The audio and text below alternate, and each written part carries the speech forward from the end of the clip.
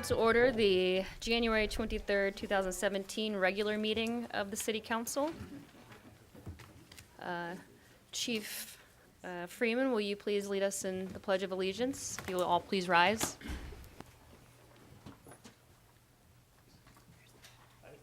Allegiance to the flag of the United States of America and to the republic for which it stands, one nation, under God, indivisible, with liberty and justice for all.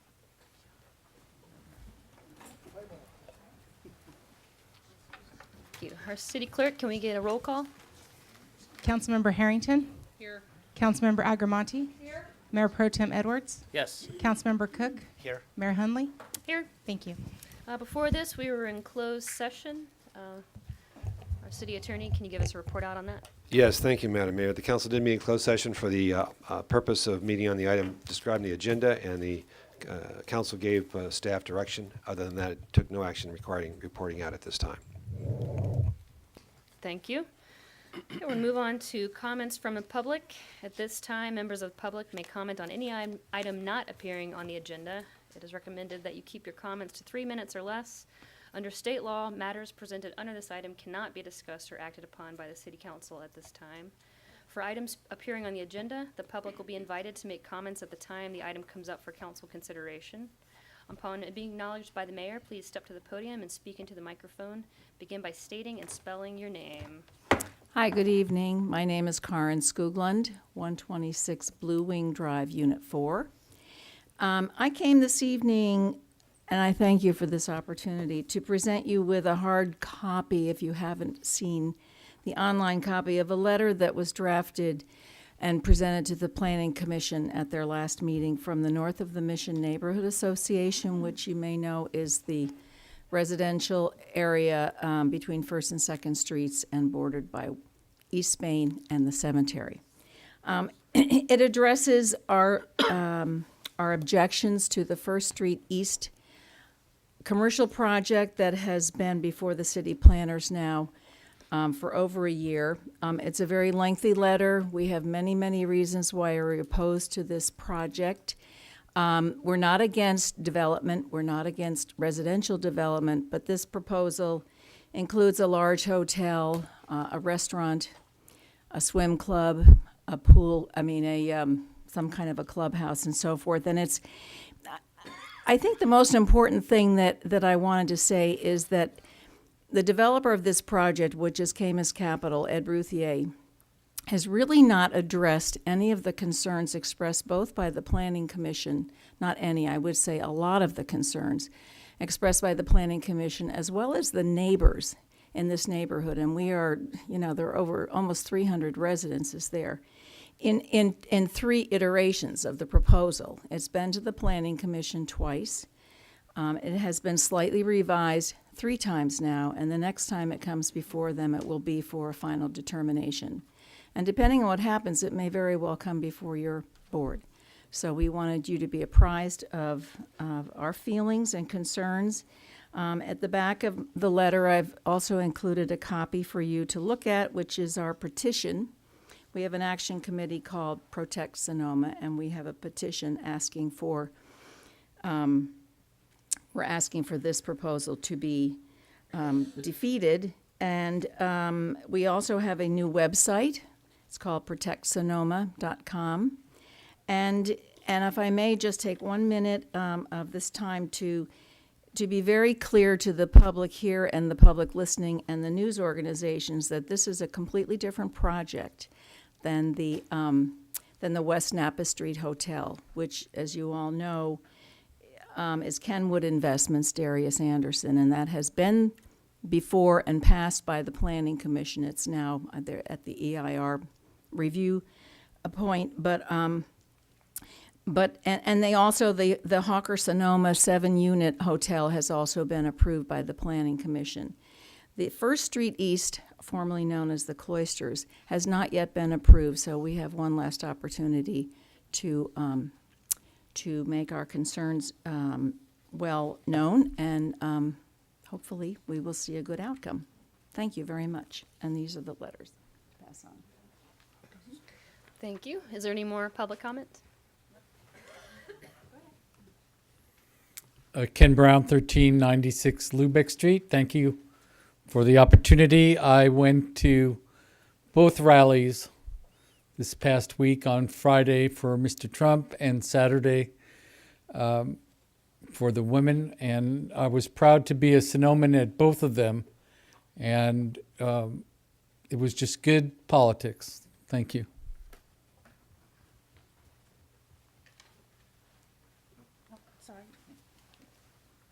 Linda Corrado, First Street East.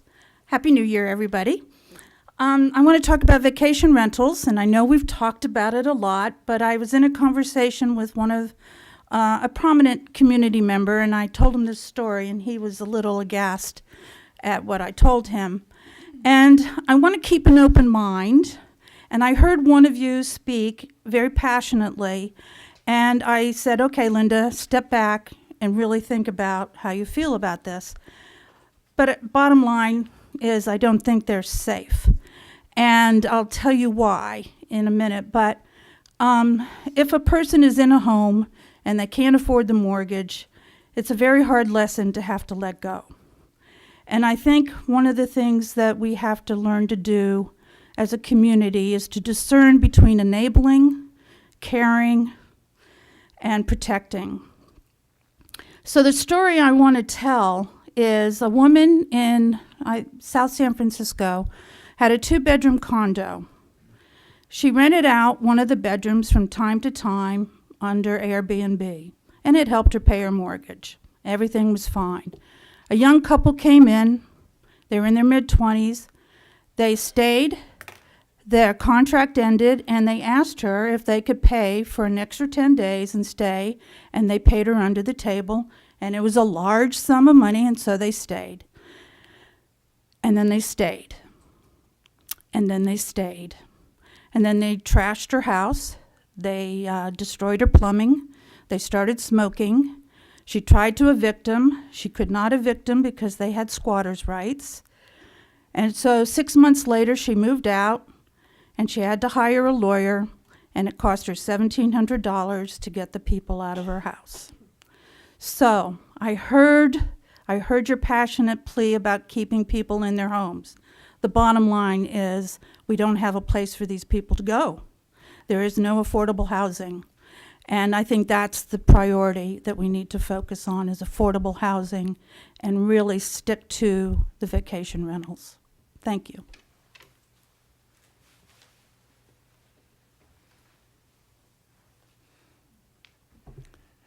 Patrick Garcia. My place where I live is senior housing, and there's two things that I want to talk about. One is Simple Simon, and the other one's our housing issue.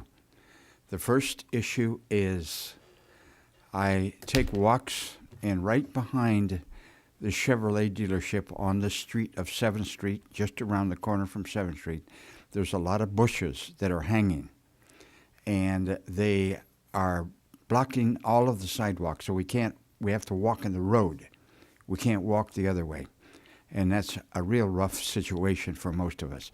I did talk to our good man over there, the Public Works gentleman, and he said that he has been working on it, but I'd like to see it really move forward and become an issue that we can clean up quickly, because it should only take them about 10 minutes to really cut all those bushes that are hanging into the street right now.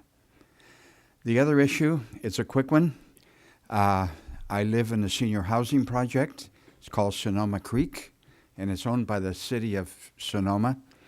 And there's a housing organization that runs it. They manage it.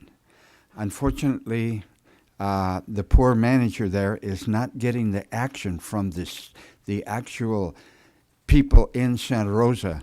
And we need to really start looking at that, because a number of the people have been complaining and telling me about that, and telling me that they really need to have some things, like certain things in their homes that are really becoming bad, and roaches and so on like that, different things that have to be cleaned up.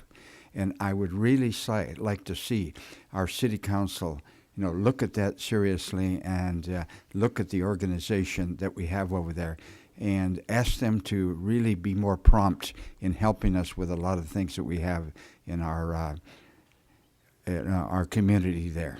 It is a nice place. It's one of the best places around for, seniors, low-income seniors who are living on mainly Social Security and so on like that. And I'd like to move forward and really have those people feel more comfortable because, as I said, there's a number of the ladies who are really having problems over there. And it's been a month or 2 months that they've asked, and they have things in their homes that they can't get rid of, and they're going to have to move out temporarily and have them repaired because they're just getting worse. So here we are with this, and you can check with Robert, the manager there, and he will give you some good information about what's happening on that. Thank you kindly, okay? Thank you. Bill Jasper, 82nd Street East. I wasn't going to speak, but since the first speaker addressed the project on First Street East, I'd like to make a couple points. First of all, I'm a significant investor in that project and very good friends with Ed Routhier, who's the developer. In fact, he is the developer on the project that's on the consent calendar tonight with me. It is incorrect to say that the community has not been listened to. Ed has held numerous meetings throughout the area, taken input. The hotel has been reduced in half, from 60 rooms down to 30. Additional housing units have been added. What was complained of being 3-story buildings have been reduced to 2 in most cases. And if and when that project comes before this city council, I just don't want you to be left with the impression that we have not gone out of our way in order to seek input from the community. Thank you. Thank you. Any further comment? Right. I will close public comment. Are there any council meeting dedications today? Seeing none, we're going to move on to the presentations. I'm going to come down there. And first up, we have Catherine Hargett from the Sonoma County Human Trafficking Task Force. If you can join me at the podium.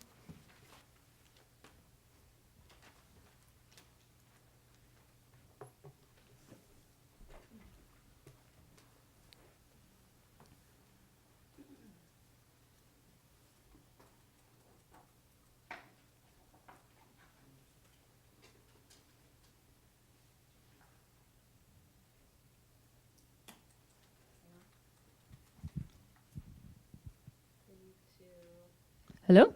Yes. All right.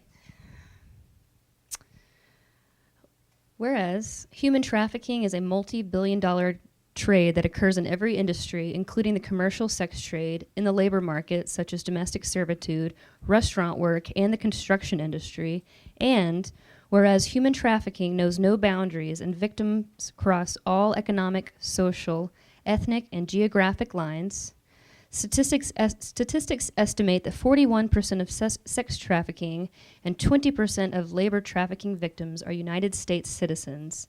85% of sex trafficking victims are women and girls. 40% of labor trafficking victims are men. And whereas commercially sexually exploited children represent a growing segment of the U.S. human trafficking population, where victims experience extreme forms of trauma, violence, manipulation, and even death at the hands of their traffickers or those who purchase children for sex. And whereas the average age of a CSEC brought into the commercial sex trade at the hands of an exploiter is 12 to 14 years old, and whereas the city of Sonoma has a tradition of advancing fundamental human rights, and whereas the commitment of the people of the city of Sonoma is imperative in order to protect individual freedom while eliminating human trafficking, commercial sexual exploitation, forced labor, labor obtained through debt bondage, involuntary servitude, slavery by descent, and involuntary imprisonment. And whereas the Sonoma City Council and the people of the city of Sonoma actively oppose all individuals, groups, organizations, and governments who support, advance, or commit acts of human trafficking. And whereas, although laws to prosecute perpetrators of human trafficking and to assist and protect victims of human trafficking have been enacted, awareness of the issues surrounding human trafficking by those most likely to come in contact with victims is essential to effective enforcement because the techniques that traffickers use for enslaving their victims severely limit self-reporting. And whereas individuals, public agencies, private organizations, and businesses in the city of Sonoma should join together and work to end human trafficking through education, now therefore I, Rachel Hunley, Mayor of the City of Sonoma, on behalf of the City Council, do proclaim the month of January 2017 as Human Trafficking Awareness Month in the City of Sonoma. Thank you so much. you. And if you would like to say a few words. Thank you. Thank you, Mayor Hudley, and thank you, City Council members, for once again acknowledging and making this presentation on an issue that is very real here in Sonoma County. We have a Sonoma County Human Trafficking Task Force. Let me start over here. My name's Catherine Hargett. I'm a psychologist. I have a private practice in Glen Allen, and I'm a consultant for ECPAT International. I am a chair of the Committee for Heal Trafficking, a national organization. I'm focusing specifically to the service providers. And I am also consultant for the UN Special Rapporteur on the Sale of Children. And as a member, I am here as a member of the Sonoma County Trafficking Task Force. So this is an issue that affects our community. I don't know if any of you have seen the recent article published in the Kenwood Press. Alec did a good job at gathering some information about what's going on here in our county.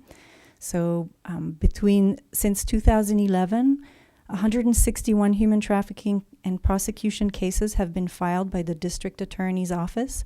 There has been an increase in felony cases involving traffickers from 33.6 filed a year prior to 2012 to a rate of 9 cases per year between 2012 and 2014. We have individuals who are arrested, whether it's in Werner Park. There's been a man sent to prison for pimping 2 17-year-old girls. And men and women also from the East Bay who had come here and trafficked children. If you go down on Santa Rosa Avenue, you can see some of that activity. The Sonoma County Human Trafficking Task Force has been involved in training law enforcement and hotel and hospitality industry in how to identify this population, whether it's the traffickers or the victims of trafficking. And we have different organizations who work and serve the survivors. So we have Verity that's working closely. We have social advocates for youth here in our community, but also in Santa Rosa, working with a lot of homeless and runaway children. Children who run away, there's 90% of them will be approached by a trafficker within 48 hours of their running from home. This is a very real issue. And one of the pieces that is important that we can address is through the prevention, such as funding and helping to support organizations like Mentoring Alliance, who's coming next, social advocates for youth, the teen centers, and as well as the Hannah Boys Center is also, males are also vulnerable to this, and as transgender children. We also need to focus as a community to strengthen our families, to enable them to be more present in their children's life. And this is a cross sector. This is not only for low economic, socio-economic families. This is also for the east side of the families where some of the issues may be less visible. So I want to thank again the council for bringing this to the floor here and raising this proclamation. Thank you. Okay. Thank you so much. Thank you.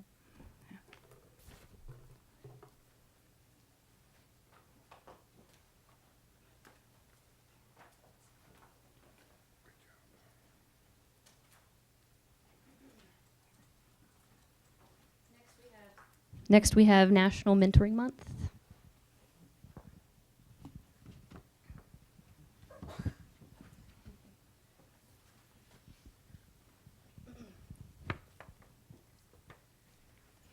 Whereas, every day in Sonoma Valley, men and women of many different backgrounds work to stand by our youth who are at risk for social or emotional support. By sharing their time and experiences, mentors help instill care and solid values that allow our youth to flourish and achieve their dreams. And whereas the mission of Sonoma Valley Mentoring Alliance is to pair caring adults with children in need of social and emotional support so they may thrive in school and in life, together they build a trusting, caring relationship in a safe, supportive environment.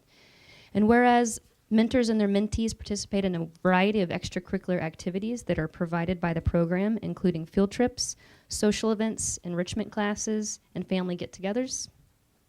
And whereas the Sonoma Valley Mentoring Alliance is in the forefront of the mentor movement, having received state and county awards, recognizing the positive contribution that mentors are making in the lives of so many children. And whereas their founder, Kathy Wickowicki, received the 2015 North Bay Leadership Award for her expertise in building communities, Kathy's motto was, "We're all in this together." And whereas their executive director, Lee Morgan Brown, and the amazing mentoring team of caring professionals is leading the organization into its next decade of working together to create a wholesome community. And whereas through mentoring, Sonoma is a perfect example of collaborative community that is raising its children. Now therefore I, Rachel Hunley, the mayor of Sonoma, hereby proclaim the month of January 2017 as National Mentoring Month in the city of Sonoma, and call upon our citizens to honor the individuals who have chosen to become mentors of our youth. I do also commend and congratulate Sonoma Valley Mentoring Alliance upon their 20th anniversary of making the future brighter for our youth. Thank you. Would you like to say a few words? Would love to. Thank you. Would you like to? Thank you. So I'm joined by my trusty companion, one of my sons, Weston Brown. On behalf of the Sonoma Valley Mentoring Alliance, I would like to thank everyone for this proclamation. I see various mentors in the room here, and community supporters and donors. And in our 20th year in the Valley, we have matched over 1,700 mentors and mentees. And this work would not be possible without every single part of the community pulling together to become mentors, to be partners on the Sonoma Valley Unified School District campuses, to have donors in the community who see value in placing their dollars with us, because all of the children are all of our responsibilities. And I'd like to just point out in the audience here tonight is our new board president, David Parr, our programming director of 16 years, Tina Baldry, our office manager, Megan Hansen, and those of you who are mentors or donors, feel free to raise your hands. We're grateful to everyone here, and we look forward to the next 20 years. Thank you.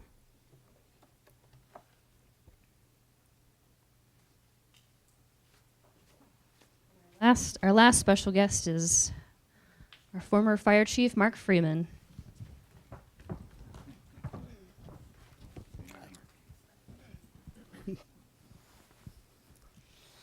Whereas Fire Chief Mark Freeman began his distinguished career in the fire service in 1985 as a volunteer with the Valley of the Moon Fire Protection District. And whereas he became a full-time firefighter in 1986 and worked his way through the ranks of fire lieutenant, training officer, battalion chief, and interim fire chief over the following years. And whereas Fire Chief Freeman was hired as the fire chief in 2014, and whereas Fire Chief Freeman has worked tirelessly to understand the needs of the community and how the Valley of the Moon Fire Protection District can best meet those needs and make Sonoma a leader in fire service and emergency medical services. And whereas he played a large role in implementing the Save Lives Sonoma program that instructs 7th grade students in hands-only CPR, assisting the police department in providing the Every 15 Minutes program to the junior and senior classes at Sonoma Valley High School, and ensuring that the automatic external defibrillators were in all of the public schools. And whereas, under his leadership, the Valley of the Moon Fire Protection District has performed significant accomplishments, such as earning the highest ISO, that's Insurance Services Office, designation of a Class 1 city in 2016 for the city of Sonoma. And whereas Fire Chief Freeman has demonstrated throughout his life and career a deep sense of responsibility, pride, and doing the right thing, whether it be for his family, his community, or fire service. And whereas Fire Chief Freeman will retire on February 2nd, 2017, after more than 25 years of commendable dedication to the fire service. Now therefore I, Rachel Hunley, Mayor of the City of Sonoma, on behalf of the City Council, do hereby confer upon Fire Chief Mark Freeman its highest commendation for the manner in which he has performed his duties as a member of the Valley of the Moon Fire Protection District, with special thanks for his professionalism, dedication to service, and kindness to the members of the public. Thank you. Yeah, I would. To Mayor Hunley and the council, thank you for your kind words and the recognition. I am truly blessed. I got to take a childhood dream and turn it into a 30-plus year career. And more importantly is I got to do it in my hometown. It's been an honor and a privilege to serve as the city's fire chief, something that I don't take lightly and I will savor for many years to come. You know, one of the biggest things I think that it talks a little bit about it in here that we accomplish is this partnership with the city. Because at the end of the day, through the use of, it's a collaborative effort between the city and the fire district, and by us bringing together our resources, it has provided a better level of service to our constituents, both in the city and the fire district, and that's what's most important. I would like to thank the council for their past and continued support, for the equipment, the tools, and the personnel that they provide us so that we're able to accomplish our mission in protecting the community. This is surreal to me. I've told a lot of people that feel like I'm on that farewell tour over the last couple of weeks. I'm not sure how I feel, but I know what's in store for me in the future will be good too. I would like to take the opportunity to introduce my successor, Fire Chief Steve Aker. Steve, we couldn't be happier about the appointment of Steve. For those of you that don't know, Steve is a lifelong Sonoma resident. Steve started with the fire department in 1988 as a volunteer, left us in 1990, spent the last 26 years in the city of Pinole, where he finished up as the acting fire chief, and now he's here with us. So he's full circle, he's back home. We couldn't be prouder and more happy to have somebody local with that institutional knowledge and to be able to make improvements and hit the ground running. So with that, Steve, I wish you all the best, and I look forward to the great things that you'll accomplish. Thank you.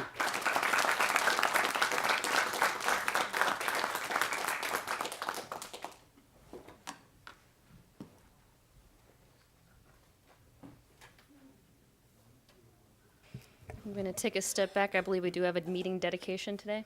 Yes, I do. And a dedication to a friend's father who traveled from Hawaii to attend his granddaughter's wedding here in Sonoma. And he passed away while here in Sonoma. So I want to dedicate the meeting to Vernon Noah Cox. And the best part was that he was able to be with his entire family, which is the first time they've gotten together in many, many years. So just want to dedicate this meeting to him. Thank you. Thank you. All right, next we have the consent calendar. All items listed on the consent calendar are considered to be routine and will be acted upon by a single motion. There will be no separate discussion of these items unless members of the council, staff, or public request specific items to be removed for separate action. At this time, council may decide to change the order of the agenda. Mayor Hunley and council staff would like to ask to pull item 4D, which is the GAN limit. There is some additional technical question that came up at the last minute, and we wanted to have a chance to take a look at that. So we would like to pull that, and we'll return it to you at So a we're future pulling date. that one off the agenda for today. Correct. I'd like items 4B and 4C to be taken off the consent calendar and discussed. Anybody else? Okay, I'm going to take this out to public comments on the consent calendar.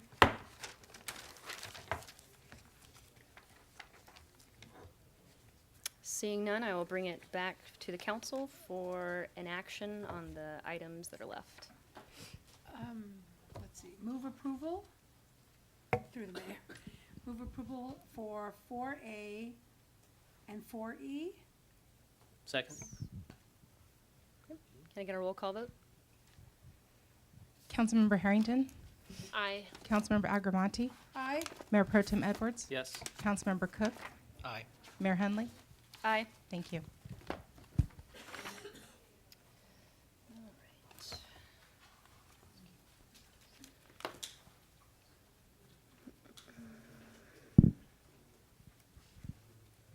And to clarify with our city manager, do we go back to the pulled items now, or do we do it after the next consent calendar? No, I think let's go ahead and do those items now, and then we'll do the successor agency consent.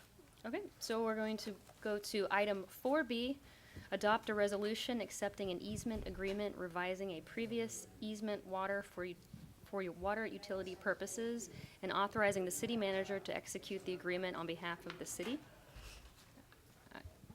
So our Public Works Director, Dan Takasuki, is here to answer any questions and provide a background. So, or we can really pleasure the council if you'd like to have the council member Harrington ask her questions and staff can provide a response.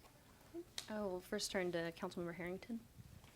I was hoping to get some context for how this easement, how this item came about, what it's related to, and sort of get a presentation from the staff so I had a better understanding of the matter. Thank you, Mayor and council members. I'd be glad to answer that question. The issue before you is a easement amendment. We were doing a 4-lot lot line adjustment for 4 existing lots, and we realized that a existing city water easement was encumbering almost the entirety of one of the lots. The existing easement is from 1968. It was obtained in the process of a property exchange, and almost a sub note in one of the grant deeds had about 12 lines of text without any plat exhibits describing the existing easement. With the help of the city attorney, Veronica Nebb, who's well-versed in easement agreements, negotiating with the owner's attorney, we came up with much more enhanced easement, which is about 6 text pages with plat exhibits. And while this does give up the very upper portion of the existing water easement, it also provides access to the central portion of the water easement. Now, this entire easement and property is on a quite a steep hill, and so access is something that the city would be gaining to a portion of the easement. In the process, I personally pressed the city attorney for a little more value, but the city attorney felt that this was a very fair and reasonable agreement. And so that's what's presented to you today.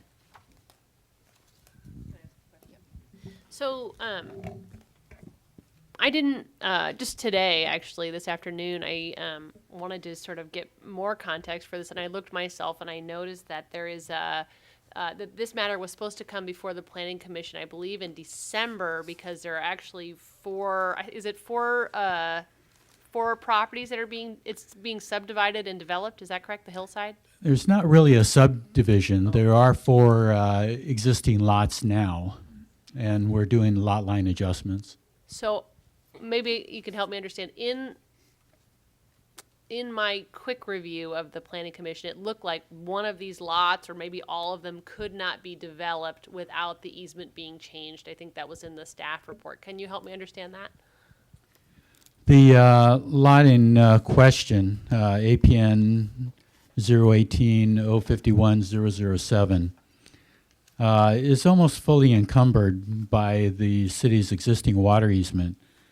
The final page of the staff report gives kind of a color copy.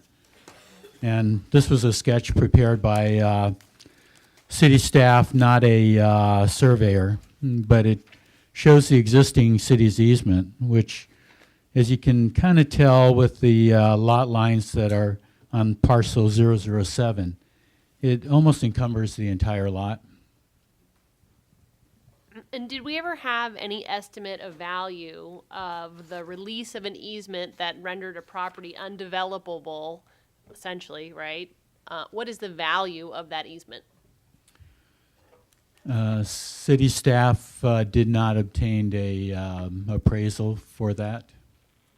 And what is the value of the easement that you propose, or it's proposed that we accept, the revised easement?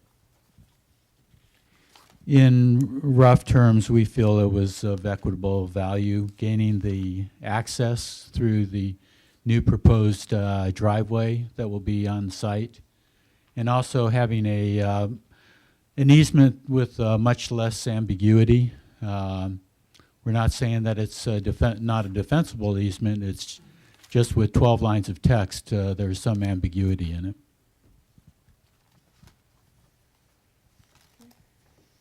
Are there any other council questions on this item? Great, I'm going to take it out to the public for public comment.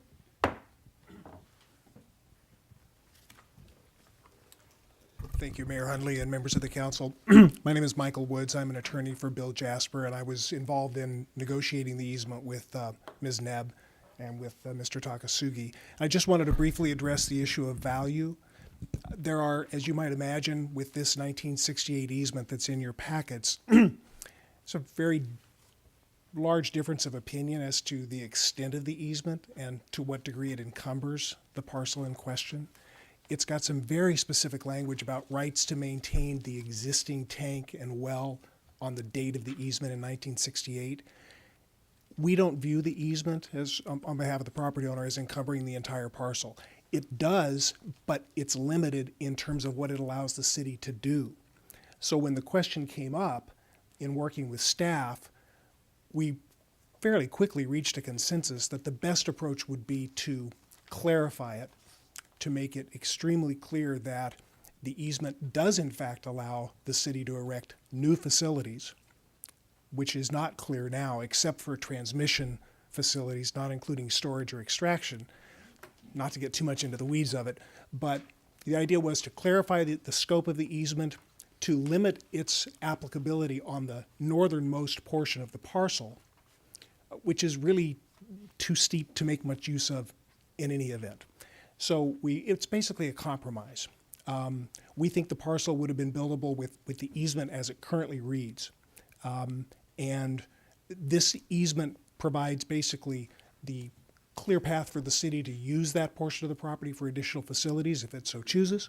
It also adds an access easement that is much preferred over the existing access from Brazil Street, which is just very, very steep. So just wanted to point that out. If you have any questions for me, I'm happy to respond. Thank you. Any further public comment on this item? Seeing none. Perhaps there's something our city attorney would like to add to this conversation? Anything in particular? I was not directly involved in these negotiations, but it's my understanding, if you take a look at one of the maps, page 35 of the packet, and help me out with this, Dan, you'll notice it's a squiggly lines on the left-hand side. See, there's sort of a little squiggly lines on the left-hand side of this plat map. This is, I believe, the new easement that's been granted to the city to access its water facilities on the more rectangular plot to the right of the squiggly line. The squiggly line delineates an access easement, and the squiggly line is on property owned by Mr. Jasper. So he has encumbered property that was not previously encumbered with an access route to access the rectangular piece, which I believe has the water facilities that the city wishes to maintain. So that was one of the trade-offs that was made in this particular transaction. And Dan, how did the city access the facilities before? The well is accessible, is at the very lower end of this parcel 007, so it's accessible from Brazil Street. Now, there is an existing redwood tank that's not currently in use, but it's about where that driveway access easement terminates, halfway up the parcel. We actually, on staff, don't know exactly how it was accessed to be constructed, but if we were to want to reconstruct a new water tank of some sort, we would have trouble getting access from Brazil Street. It's a little bit too steep. We think they probably constructed that tank by coming in from the east, but with this access easement and most of that being on the owner's proposed paved driveway, we would have much easier access to the location where our existing redwood tank exists. I have a question. Councilmember Harrington? So is page 28 the grant deed that describes the easement? Is that correct?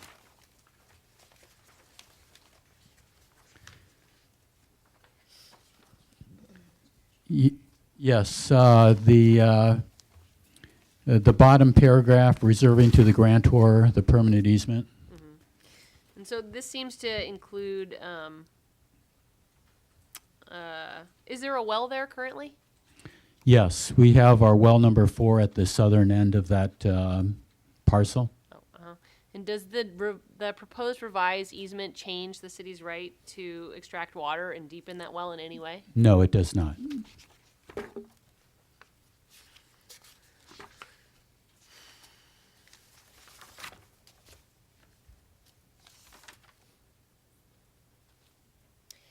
Are there any further council member questions or comments, or do we have a motion?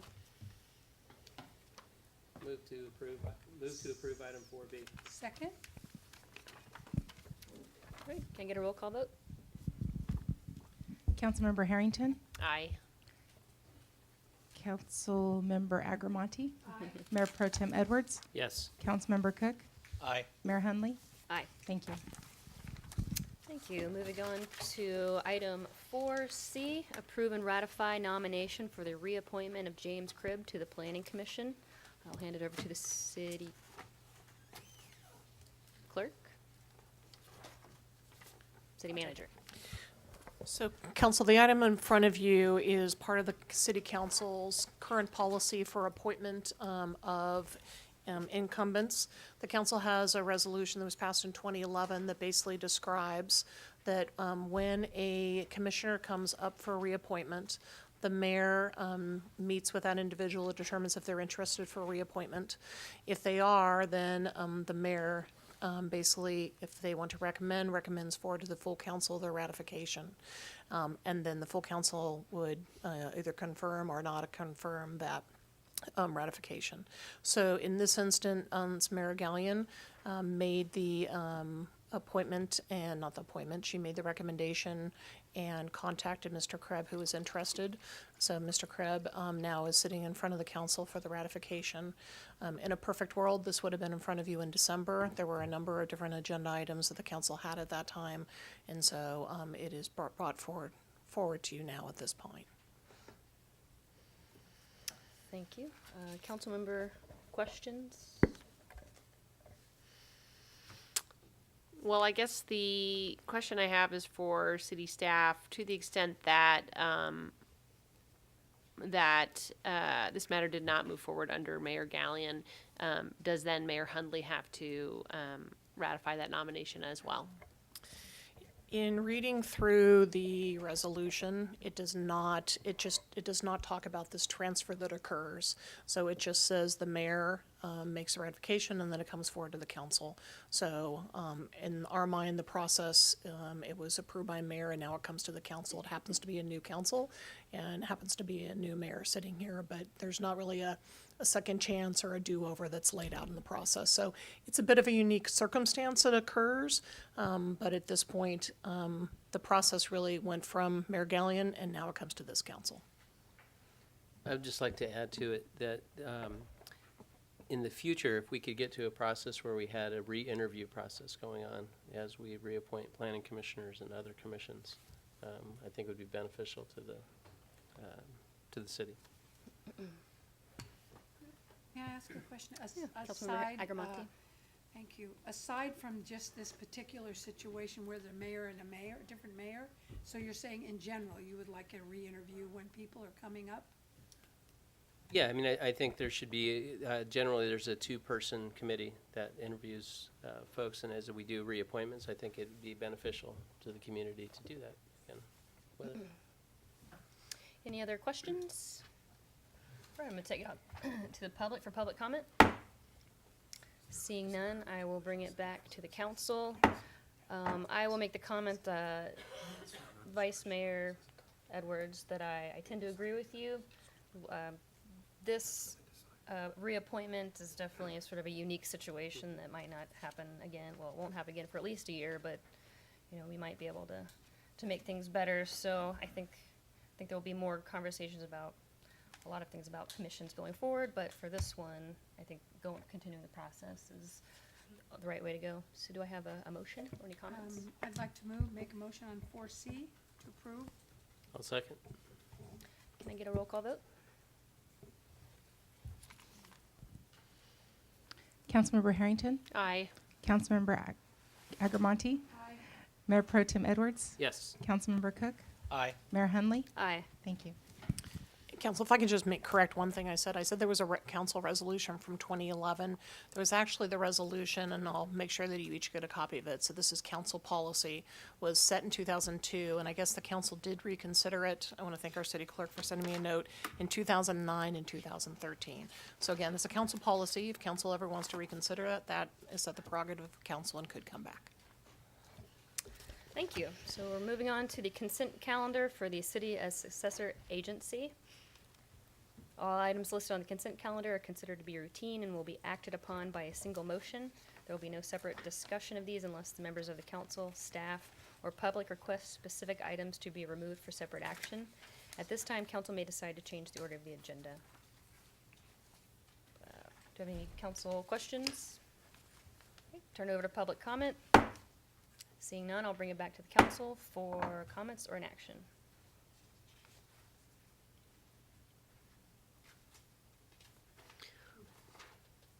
I make a motion that we approve the items on the consent calendar, specifically items 5A and 5B. Second. Can I get a roll call vote, please?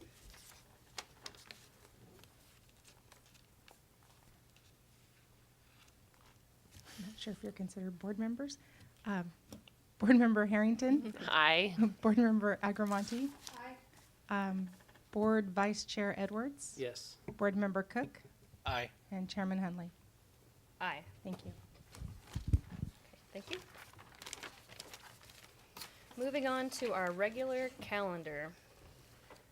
Item 7A, discussion, consideration, and possible action selecting the 2017 City of Sonoma Alcalde. I think we're starting with the city manager. So as council knows, this is a rich tradition here in Sonoma. And there is a group of alcalde past recipients that are involved and provide information to the mayor. And this is a mayor recommendation, and then it is ratified by the city council. So I think we should do a little drum roll. But the Sonoma Alcalde is definitely a rich, wonderful tradition here in Sonoma, and there's been some amazing people that have been honored with this. And in our community, it's always exciting to see the announcement. So I'll turn it back to Mayor Hunley for your announcement and then potential council ratification. Thank you. So I'd like to start by acknowledging our 2016 alcalde who is in the room, Patrick Garcia. Sonoma was proud to have you out on the plaza, giving tours, and overall being enthusiastic about Sonoma and making sure visitors knew how much we all love living here. So thank you so much for all your service and everything, all the events that you attended and the ways that you represented us. And I know that you will continue to do good things in the community, so thank you. Thank you. And as many of you know, alcalde, the name in Spanish for mayor, it comes from when early California cities were founded. the Pueblo system, they established these leaders named alcaldes who had a number of responsibilities ranging from land disputes to criminal matters. The annually elected alcalde was not only the chief local law practitioner, but judge, justice of the peace, notary public, recorder, escrow agent, boss of the town council, jack of all trades, and was probably the town's most useful citizen. They had a rule on disputes over cattle, horses, branding irons, hides, horse race, wagers, bankruptcy, a number of things. But in 1975, the city of Sonoma decided to once again find the town's most useful citizen and bestow upon them the title of honorary alcalde. Our first alcalde was named August Pinelli, who began his year on January 1st, 1976. We voted for an honorary alcalde every year, and of the many honors bestowed on them is they are given a gold-headed cane as a symbol of the honor and appears in parades and grand openings. There's some criteria for us in picking our alcalde. Nominees shall embody several of the following: a broad spectrum of voluntary community service to Sonoma Valley, that they've served in a leadership role in at least one nonprofit organization. They've spearheaded at least one community-serving project without compensation. They are well known for consistent, behind-the-scenes good deeds. They do not seek public accolades or recognition for the work done, and they adhere to a high standard of moral and ethical values, and they must live in Sonoma or Sonoma Valley. And about a month ago, we solicited nominations from across the community, and our former alcaldes got together. The last 3 years are an selection committee. They go through all of the nominations, they make phone calls, and they narrow it down to 3. And those were presented to the selection committee last week, and I have the honor of making the selection. So in introducing my selection for the 2017 alcaldes for the ratification for my council, it's actually a couple this time. You know, one of the things that we all love so much about living in Sonoma is the fact that there is so much beautiful open spaces around us. And I think that with the selection that I've picked, that every time we look out, you know, over the mountains and a lot of our open spaces, we can think of this particular alcalde couple who worked so hard to help preserve this space for us. So my selection are Pat and Ted Elliott. Ted Elliott had quite an interesting life. They both did. He was a U.S. Foreign Service officer for 30 years, lived in Sri Lanka, Germany, Soviet Union, Iran. He was ambassador to Afghanistan. He was dean of Fletcher Law School at Tufts. And then when they retired to Sonoma in '85, their work for the world wasn't done, and they got busy turning to the valley and doing good works there. Ted was involved in a number of organizations, the Sonoma Valley Hospital. He worked hard on Measure P in 2008 to get a $35 million bond for the hospital. He also worked on a measure to secure funding for the Open Space District. And Pat Elliott, she was instrumental in the 90s in co-founding the Sonoma Mountain Preservation Group. She helped secure the transfer of 600 acres to Jack London State Park. I've heard that she started volunteering for the park when she was 14 years old and continued up until last year.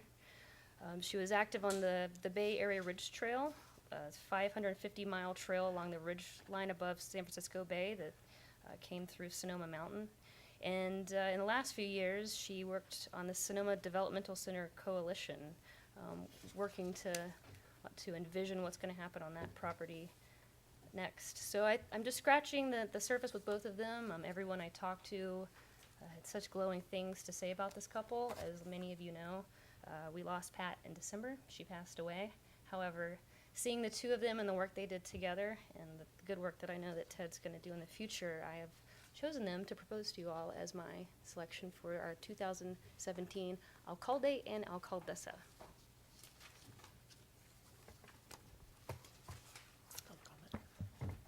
So now I would like to take this out to public comment.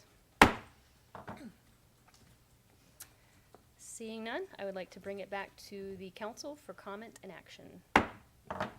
Councilmember Edwards. I have a motion to approve Pat and Ted Elliott. That's Sonoma's alcalde and alcaldesa. Second. Thank you. Seeing no further comment, can I please get a roll call vote? Councilmember Harrington, Aye. Councilmember Agramonte, Aye. Mayor Pro Tem Edwards, Yes. Councilmember Cook, Aye. Mayor Henley. Aye. And as is tradition, we are going to take a quick 5-minute break. I am going to call Ted right now and let him know the good news, and then we will come back and keep going. So, 5-minute break.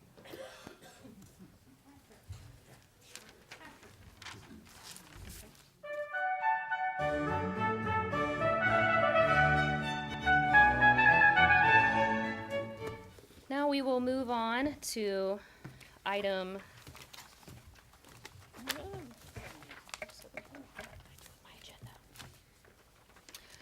Item 7B, discussion, consideration, and possible action on, 1, adopt a resolution approving an extension of the Valley of the Moon Certified Farmers Market Agreement for management of the Tuesday night farmers market and the plaza for the 2017 market season, subject to conditions, and 2, appoint a city council ad hoc subcommittee to work with the Valley of the Moon Certified Farmers Market to gather feedback in developing parameters and processes for the 2018 farmers market.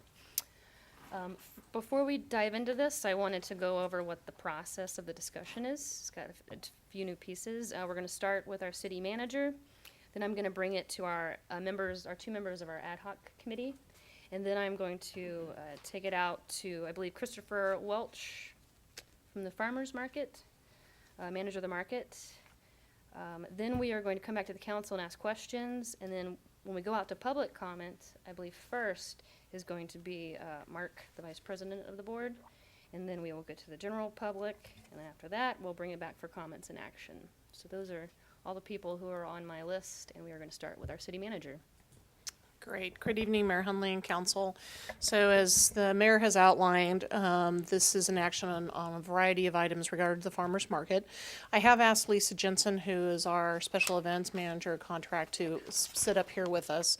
Lisa has got some expertise and depth and background that is new to the community I don't have. So if there's some questions, I wanted her to be able to answer those for the council and our community. So let me dive into a bit of background, and then we'll start this conversation.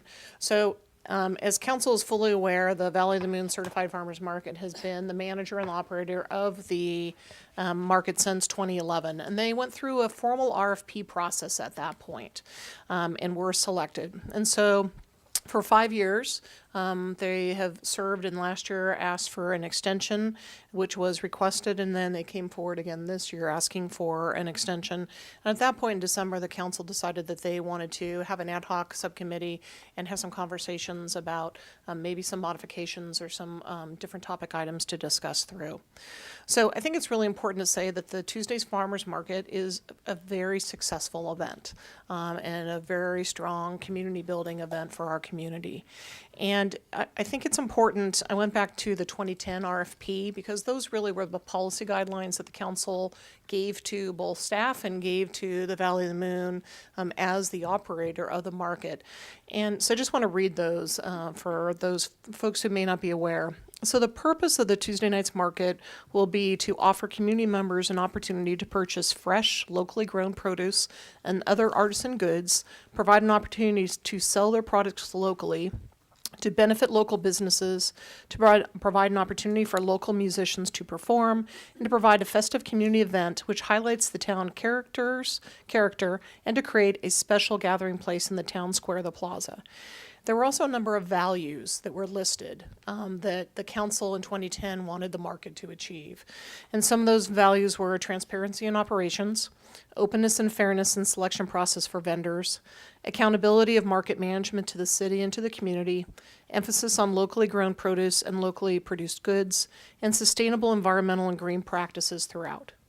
So we'll come back to some of those policy goals when we talk about some of the recommendations, but that was basically the target that the market was trying to hit in 2010. So again, in 2016, the Valley of the Moon Certified Farmers Market wanted to continue the relationship. And so in December, council had 2 meetings on the topic, and they did appoint Mayor Pro Tem Edwards and Councilmember Harrington to work on an ad hoc committee and work closely with some representatives of the board to put together some items to bring back to the full council here. And we're calling those things negotiated conditions, and I'll walk through those briefly to you in a few minutes. So let me move. There are, in your staff report, I'm not going to go through this in detail, but the staff report does provide on page 107 a history of what fees have been charged to the market, and those are outlined. And there was discussion about fees, and part of what the market provider needs, Valley of the Moon, is they need some certainty so they can go out and start marketing and reaching out to vendors. And part of that question is what are their fees and the costs are going to be so they can set their fees. And that's part of, I think, the impetus of why we had the ad hoc committee and why we're moving this forward, trying to, and post haste, so that the market can get, their vendors lined up, they can move forward and really be ready to hit the ground running and start operation in May to open the market. And so that's why we're in the bit of this unique place where the council and the ad hoc committee is really kind of moving forward. And traditionally, we would go through a staff review, we'd go through a commission, the Environmental Services Commission, and then we'd come back to, and it would stop there. But based on timing and council's interest, we're before you here. So in terms of, I want to basically go through a couple of where the key parts of the conversation are going to be tonight for council and community. On page 110 of the staff report is a resolution, and as Mayor Hundley said, the action before the council is to approve a resolution, and I will briefly walk through the resolution for council and community. But basically what this does is we're asking the Valley of the Moon to basically reserve the entire plaza, but the council would only be charging, the city would only be charging them for 2 sections of the plaza, the horseshoe and right immediately behind. But clearly the event, there's large numbers of people there enjoying the farmers market. And then that causes impacts, throughout the park that need to be managed and then taken care of and supported and have been in the past by the market. And there are, then we also, there is compliance with basic standard insurance, et cetera. So Exhibit A, which is really the meat of the conversation that occurred with the subcommittees, is these negotiated conditions and conditions is a term we use because when we have a special event and those special events go through a process, there is a series of conditions that are placed on those special events. This is not something just related to the market. This is terminology that we use for all of our special events. They're basically principles, goals, actions that need to occur in order to make the event successful and mitigate impacts of the event for the community and the city. So part of what staff has done is working with the ad hoc subcommittee, and talking with the market, we have taken these and put them in some policy goals. So they're grouped versus a laundry list. So, and again, these policy goals go back to the 2010 RFP as a way of framing and reminding both council and community what the goal was. So policy goal number 1 is really to create that social gathering place and festive community event, and that's really where the committee ad hoc is recommending continuing and continuing to support the Valley of the Moon as provider and continuing to have the Tuesday night market as a very successful part of our community. Policy goal 2 really takes this focus on local vendors and businesses and local produce and farmers. And that, again, comes out of that 2010. And there are some minor changes here that are being recommended by the ad hoc committee for council consideration. And one of those, item 1, is to basically shift the farmer to non-farmer ratio of the vendors so that there really is a little more focus. There's a little more focus on the farmers. And so that's looking at eliminating about 15 stalls. That's not 15 vendors because most vendors take a couple of stalls, but reducing in order to the non-farmer vendors in order to have more in order to balance the ratio. It's also moving the food trucks from the front to the back and only allowing food trucks on two Tuesdays a month and making no more than 3 food trucks.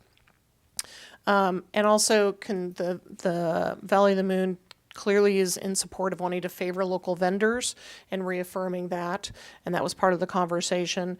And also looking for an opportunity to have local restaurants who might want to sell on those second and fourth Tuesdays in conjunction with food trucks behind City Hall. So those are part of the conditions for local vendors and a focus on local produce and local farmers.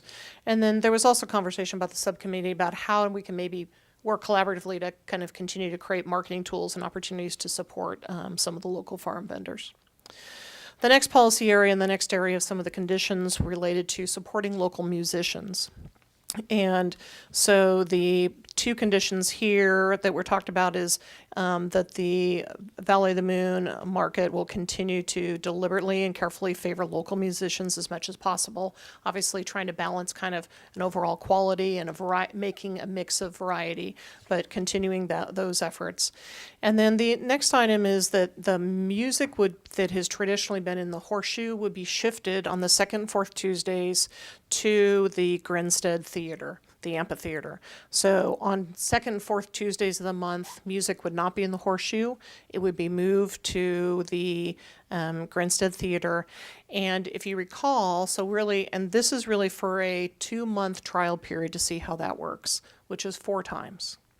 And I think it's an important thing to note, and the council's well aware of this, that there is a local jazz society that comes in, and they, for the months of June through September, the second Tuesday of every month, they actually bring the entertainment, and they have some really wonderful performers that come to the Grinstead Theater. So the month of May, the market would be looking to move the musicians or whatever they're going to put in the Grinstead Theater. And then the second Tuesday in June, it would be programmed by the Jazz Society, and the Jazz Society would continue, assuming this works, but the Jazz Society would continue their program as they have in the past to program the second Tuesdays through June through September. The next kind of policy area was really a commitment to transparency and fairness. And in this item, there was a discussion and one of the negotiated agreements was that there would be an additional appeal to a council ad hoc subcommittee if there were vendors who were not pleased with the farmers market decision process in terms of not being basically not being allowed to be in the market. The Valley of the Moon already has a process, an appeal process, so a council subcommittee would sit as that second appeal process.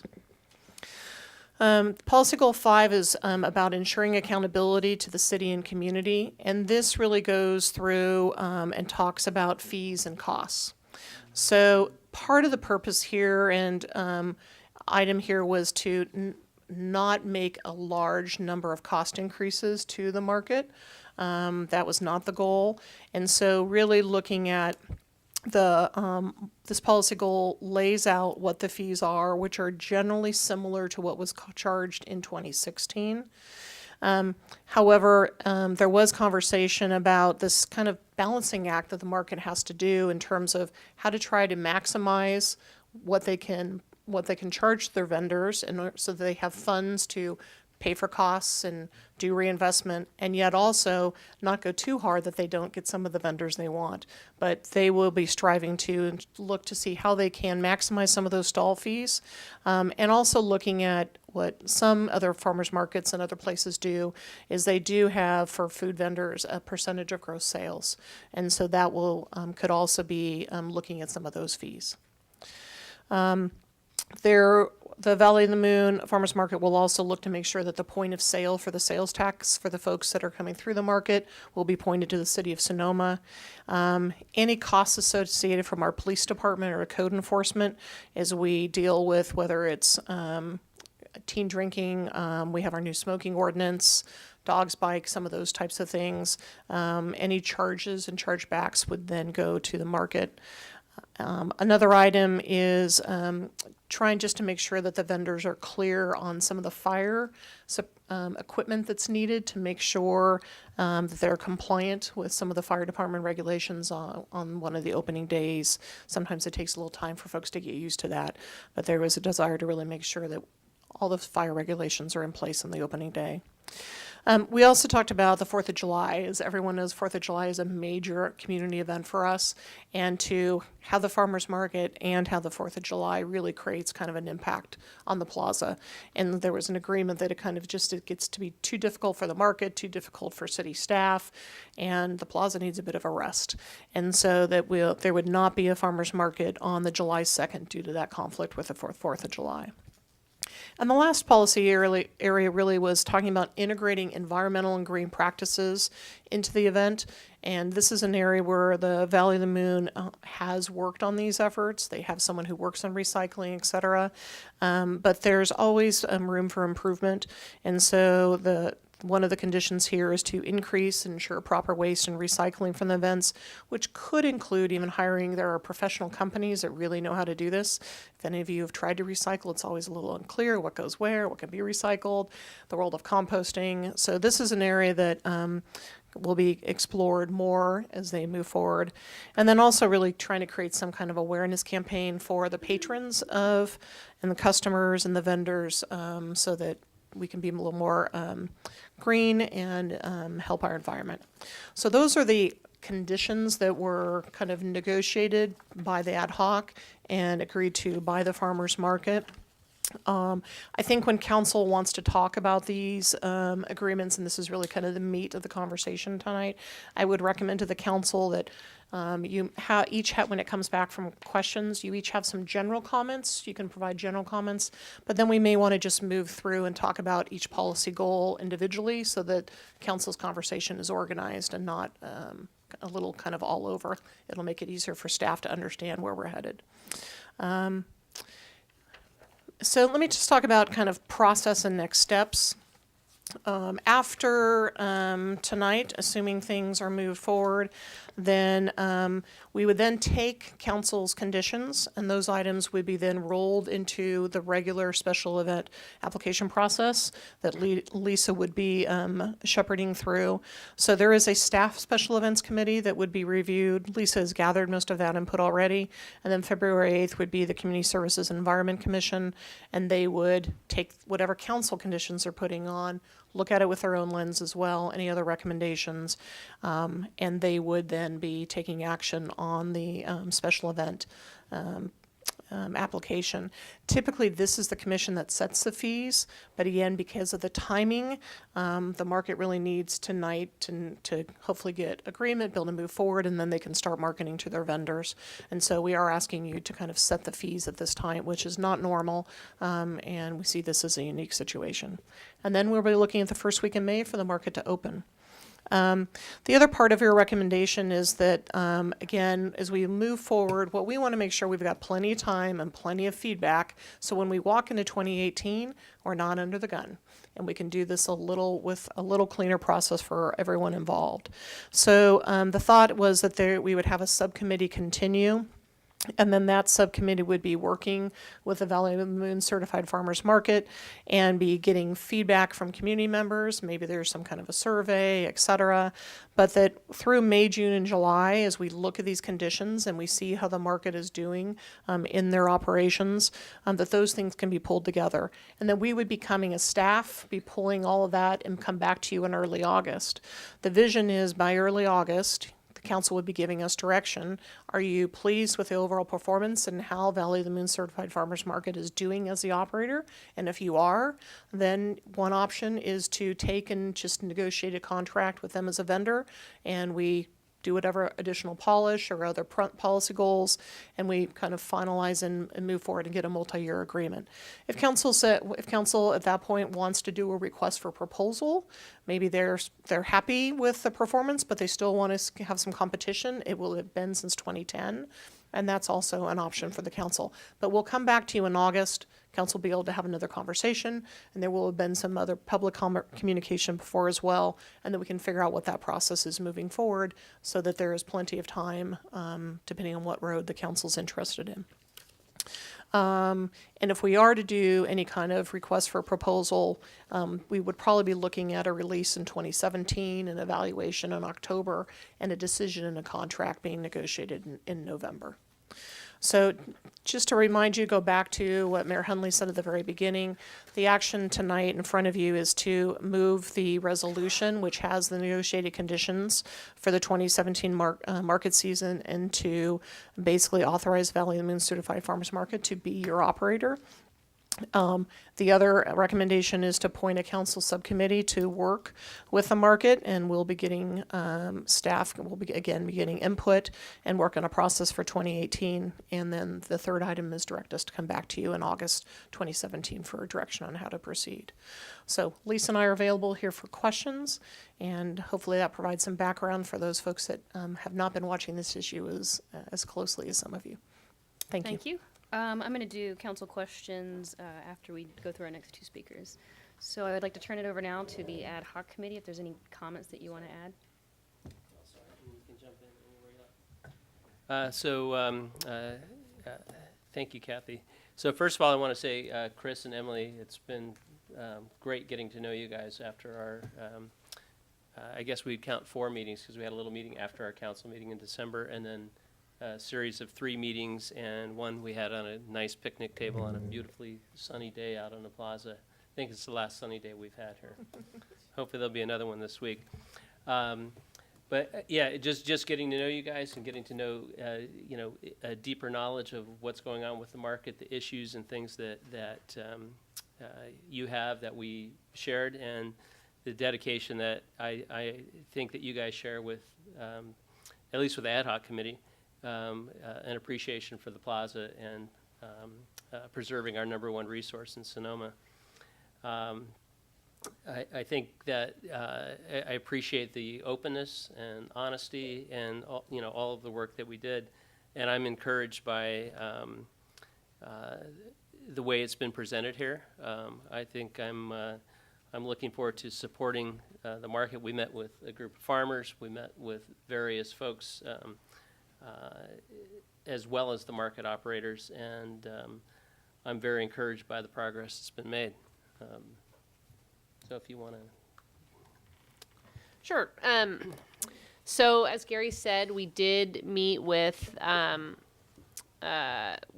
farmers market folks several times. We also met with the head of the Grange. We met with the farmer from Oak Hill Farms, and then we had a meeting that was open to the public, which we wound up having on the plaza, and that was publicized by both the farmers market and us through our various means, Facebook, whatnot, getting the word out. And so we did, in a short period of time, make the best effort we could to receive input from a variety of sources, in addition to people emailing and calling us. So there's a few things that I want to clarify.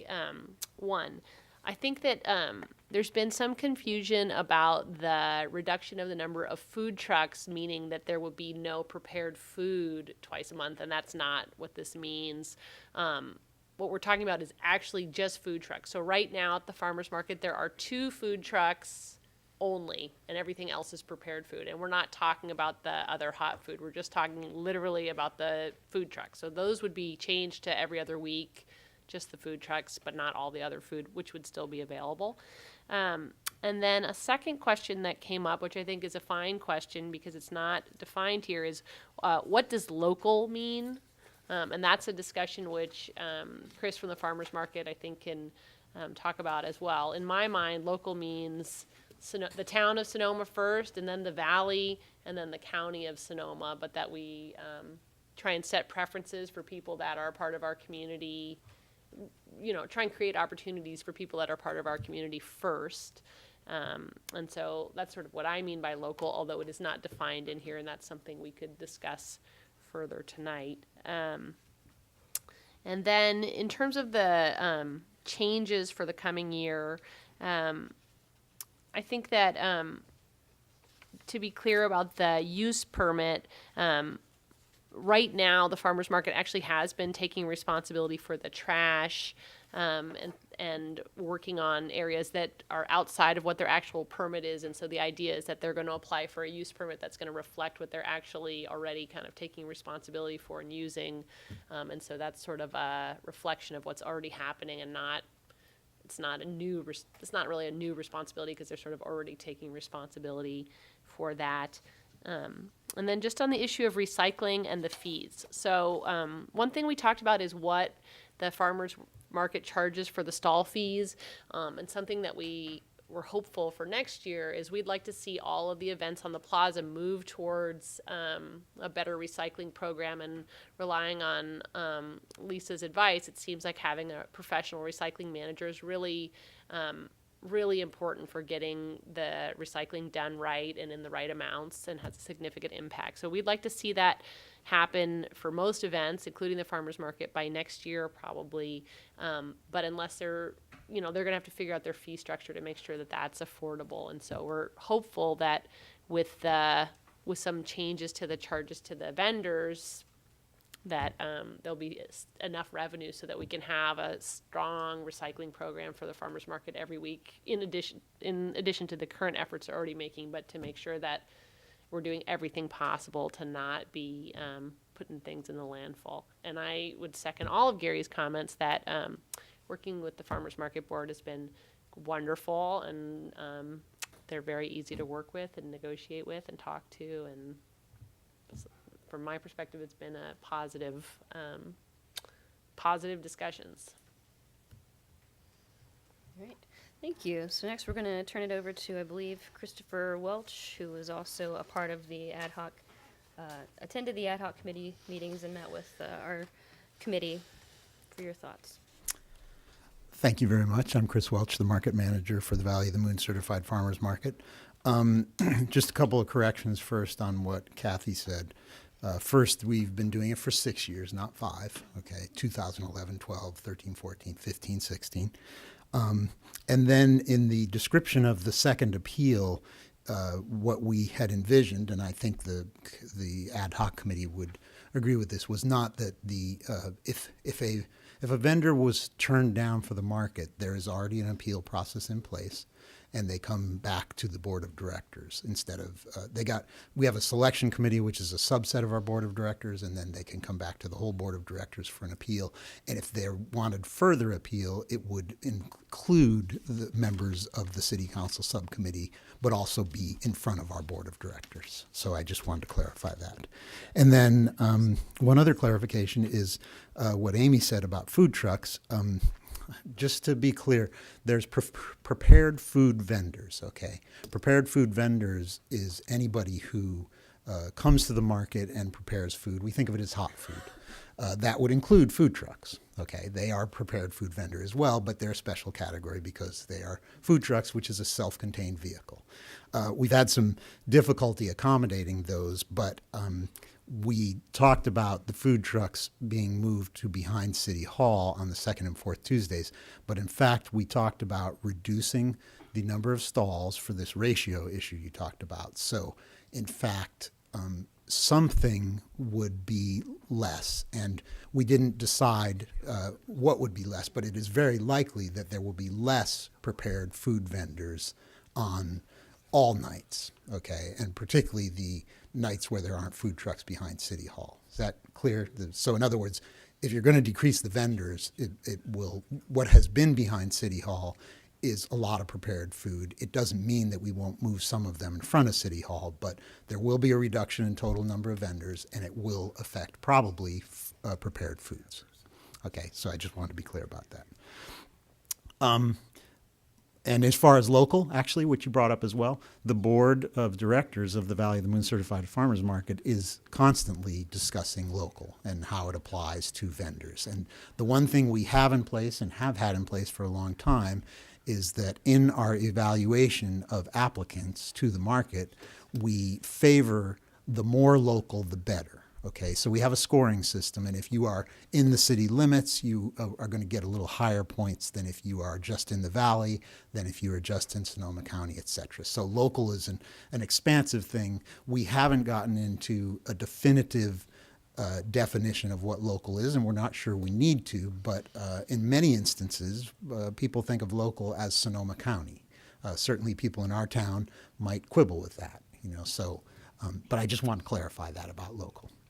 So most importantly for tonight, what we would like to see is the item number 1, approve our contract for 2017.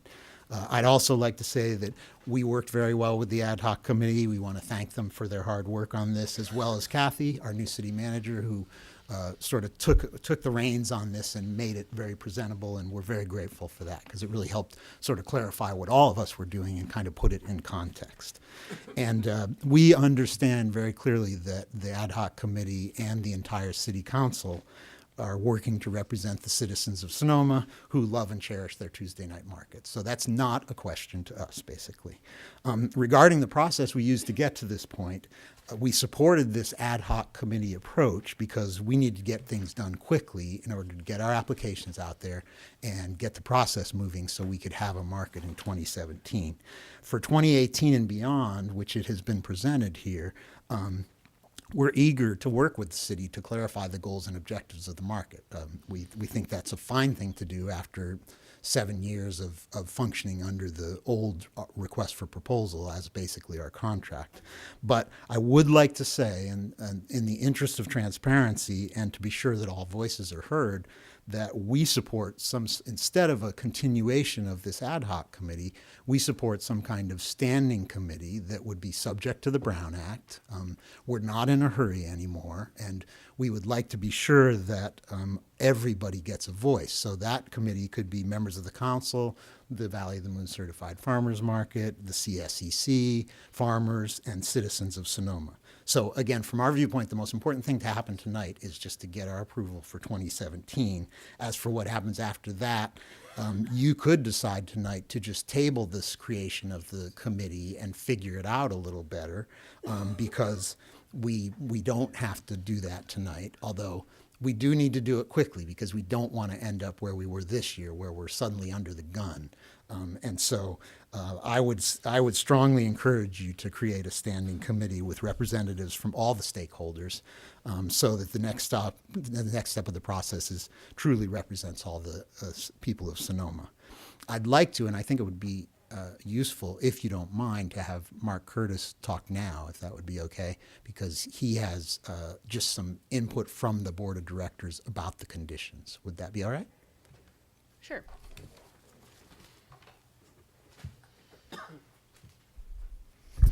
Hello, I'm Mark Curtis, Vice President of the Board of Directors of the Valley of the Moon Certified Farmers Market. I just want to take this opportunity to give you feedback from our Board of Directors on the new conditions of approval for the 2017 season. As we said, Emily and Chris worked hard with Gary and Amy to negotiate these conditions, and they presented them to our board last week. In the interest of moving forward quickly on the planning for our season, the board approved the conditions as negotiated, but they asked me to come before you tonight to share some of their concerns and reservations. We're concerned that there are quite a few modifications and changes agreed to, any of which could have significant impacts on the financial viability of the market and our continuing ability to present a successful market for the citizens of Sonoma. Part of the agreement is to gather feedback from our patrons and vendors about the changes and make sure that the changes are truly good for the market, the city, and the community. With so many changes at once, we could have troubles analyzing which changes are causing which effects, but we agree to move forward with them and do the best we can. One change that some of the board has a particular concern about is moving the music to the amphitheater for the second and fourth Tuesday of the month. I know it's only a trial thing to see how it works, but two of our board members have been vendors at the market, and from their past experience, that when the music was not on the horseshoe grass and it was moved to the amphitheater, that sales of all vendors actually suffered during that time. So we'll be soliciting feedback and sales figures from our vendors, and we'll be sharing this information with your subcommittee as a part of the evaluation process during the trial period. As a nonprofit corporation, our board has a responsibility to make sure that we maintain financial viability, and we have some concerns about the loss of the 13 weekly vendors and how that will affect our bottom line. And again, you guys sound like you understand that, and we're all willing to work together, and we appreciate that. We just, as a board, want to make sure that we do have these concerns. Again, during the evaluation process, we'll be monitoring our stall fee and income and reporting these effects to your subcommittee. We also did have a suggestion from the board on that might work better regarding involving the city council subcommittee in any secondary appeals from vendors. And that is that since we already have a working ongoing relationship with the CSCC, we feel it might be a better option to invite 2 CSCC members to participate and observe any secondary appeals. Overall, I'd like to state that we are committed to the market, to presenting something for the enjoyment of all citizens, and to working with the city council to protect the plaza. Thank you very much. Thank you. So now I would like to give my council members an opportunity to ask questions. Do you still have a question, Councilmember Cook? No, we can go ahead and start the process the way that we were talking about, going through item to item. We're doing questions now, then we're gonna go to public comment, then we'll come back for that. But I have a couple questions. One, is there a mechanism anticipated for what happens at the end of the 2-month trial and how the decision's made, whether to revert back or to continue with the modified music? I think part of it will be we'll have to get a little bit, it's going to be a bit of a scurry because this is only 2 months, 4 times, and then you're immediately coming into the next month. But I think that's something, frankly, that over the next few months, there should be a conversation between the standing committee or the ad hoc committee, whatever council's preference is, about and with Valley Moon of what is that process going to look like? What are we going to use for metrics? How are we going to get feedback from the public? And those are things that could be done, kind of in this March, April timeline. So we're not trying to figure it out at the end of June. So I think that is part of an early process and kind of what numbers can they provide? Obviously, we're going to want any numbers since it would be Brown Act, and potentially if it's won't be Brown. If it is Brown Act, those numbers would be public, and so they're going to have to be rolled up so that it's not visible about what individual vendor's income is. So those are some conversations. I think that there's some process and also be interesting to understand maybe from the market, how do they survey, how do they get feedback from their vendors currently, what are ways and techniques that we could also get feedback from the public. I've got some ideas on some of that we could potentially do, but it's gonna have to be fairly simple, fairly straightforward, and yet we're gonna need some information in order to make that decision whether it continues or not. Thank you. My second question for the ad hoc committee is, was it discussed using the CSCC as the body for the second appeal? Was it discussed for the CSCC to do the second appeal? We didn't discuss it. It's not something I had thought about. I think it's a fine idea. Yeah, it's just the idea was to have as much transparency as possible, and if somebody didn't like the results from being turned down by the market, that they had an avenue where they feel they could come in. Rather than just talking to their favorite council person, they could just come and talk to a group and maybe a wider group could make them feel better or help change the opinions of some of the decision makers. So. Any other questions? Me too. I'm just really concerned about the financial feasibility for this. There's so many moving parts, and I think, Mark, you sort of hinted at that. And I can't really put my finger on how this might, work out in the same way that it's working out now, with an elimination of different vendor. I guess this is a good report, but I'm still not, I don't have my finger on the financial feasibility for you. As a nonprofit, that's what I'm thinking about. Okay. Councilmember Edwards? So one of the considerations was, especially with the meeting with the farmers or the farmer representatives, is that there's some farmers that have left the market and felt that it really hasn't been viable for them as their sales have decreased and so on. And one of I think the goal with working with Chris and his group is that we want to make sure those farmers are successful, because without farmers, there is no market. I mean, that's part of being a certified farmers market. So we have to do whatever we can, the community, public, otherwise, to make sure that those farmers are successful. And I think if we can make them successful, I think everything will fall into place for the group. Whether the music is moved to the Grinstead Amphitheater, and it might change the whole avenue of people that don't really want to come to a party, but may want to come on those nights and buy more produce. And I'm looking forward to seeing what those numbers are, and I think the farmers will come back and share that with us, or whatever the group ends up being as the ad hoc or a full committee. But I think, the purpose is to make sure that everybody's successful, and I think if we have a market that everybody can take a bite out of, then I think it will be successful. Great. And Christopher, do you have an answer to that question? Councilman Agramonte, we are definitely concerned about that too. And Mark expressed it, that our board expressed it. Now, we ran some pro formas and some, but once we change the way we get income from our prepared food vendors, it's hard to know what that's going to look like. So what we have is the willingness to try this. We have some reserves in our budget, okay?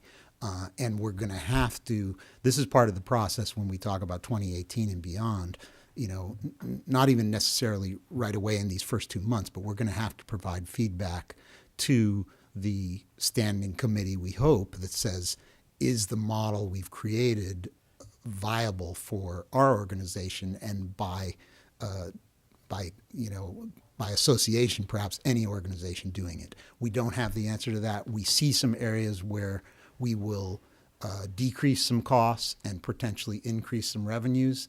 And so we're hoping it's good. And I guess that's the best we can say. We've got to monitor it as we go along. I'm going to go to comment, public comment, come back and talk about stuff. But I have a specific answer about the dollars. Mayor Hundley, may I make a couple of comments? Yep. Thank you. My comments are directed to the notion of inserting city council members or city committee members in the appeal process dealing with disgruntled vendors. I've heard that one of the things that Councilmember Edwards has mentioned is that he wants more transparency. He thinks that's an important goal. It sounds to me like it would be, but I'm not sure how that works currently or whether it would work in the future if vendors are coming to the full board of the farmers market appealing a denial. Is that typically done in an open setting? Are there financially confidential information that's disclosed and discussed? Are there things you'd want to be open to the public and transparent to the public? I think that's one of the important questions to ask. Number two, you may be compelled to do it publicly under the Brown Act. And I don't know whether the board of the farmers market wants to have its inner workings exposed to the public through this appellate process. I don't know. Thirdly, you begin to shift responsibility for the board's decisions to the city. And I'm thinking liability, I'm thinking litigation and lawsuits. Disgruntled vendors now have a really nice deep pocket to sue because 2 of their members are participating with the board in denying the appeal.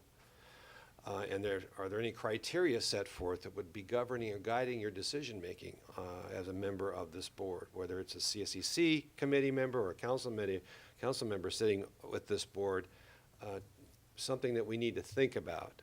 And I would like to do some further research on whether you trigger the Brown Act by becoming a member of this board, and suddenly this board is subject to the Brown Act, and more than just its appellate decision-making. I think those are important things to look at. So just keep that in the back of your mind. I'd like you to reserve making that a firm condition at this point. Maybe hold back on that and wait for us to take a further look at it. And tonight maybe you will have maybe second doubts about whether that's really a good idea. Our firm has negotiated at least 2 other farmers market agreements with 2 other cities that we represent. And I don't believe in either case did the city step in and oversee or monitor vendor complaints or disputes for fear basically of getting involved in further litigation and liability exposing activity. So just some thoughts and cautionary comments. Okay, I think Councilmember Harrington has a response to Councilmember Agamonte, and then we're going to let the public have a chance to weigh in. So I just want to be clear about the fees that we're charging, and this isn't, sometimes there's additional fees just for use, but it's basically $200 per Tuesday. That's the cost of renting the entire plaza. It's $200, plus there's security and other fees. It's de minimis. It's very low. And the additional fees they talked about that we discussed charging with them it is now common practices in many areas throughout the Bay Area to charge a percentage of sales to food trucks. They don't do that here. Right now, the cost per stall is $50, and if you have to get an additional stall, maybe it's $75 or up to $150, but it's much lower than other areas. And in talking, we actually had a helpful discussion about the origin of the farmers market and the prepared food versus the farmers. And it was explained to us that it was always the intention that the prepared foods and other vendors would help to make the market viable so that we could have the farmers there and create something that would help boost up the farmers. And so right now, in terms of the number of, for example, the ratio, it is 2 to 1 non-farmer to farmer. So it's predominantly not farmers now. And the idea is that those businesses, those enterprises are supposed to help us generate enough revenue to do the things we need to do, like recycle.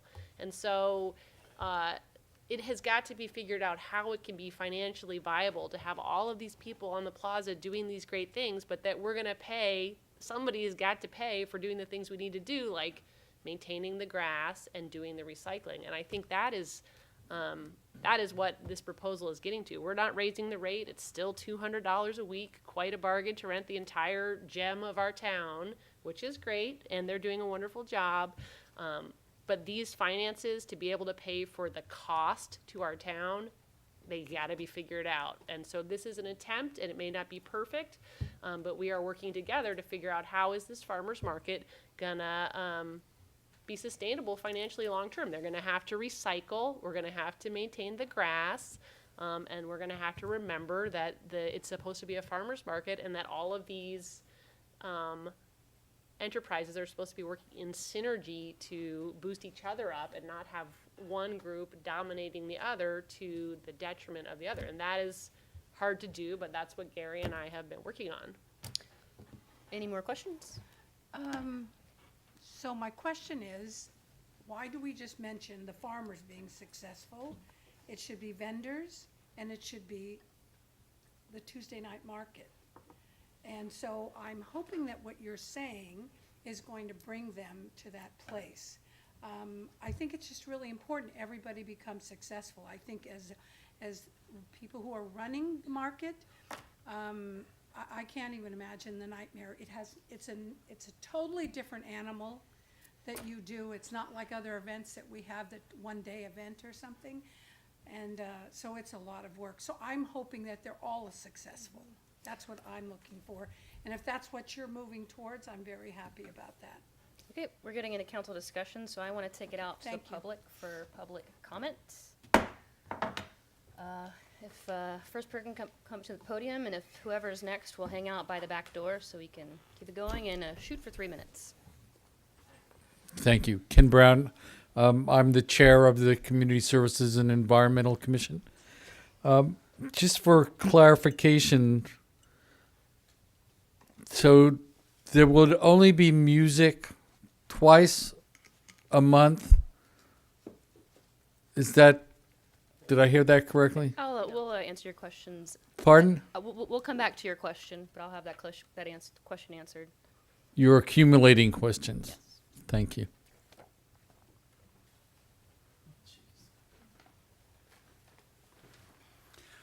Hi, I'm Fred Allebach, 19550 8th Street East, and I have a few comments. I would suggest that you discontinue the ad hoc process and go back to the original proposal that the council made to have 2 council members, 2 CSEC members, et cetera, and have it be a Brown Act meeting. I think that would be the most inclusive and transparent, and I'd like to recommend that.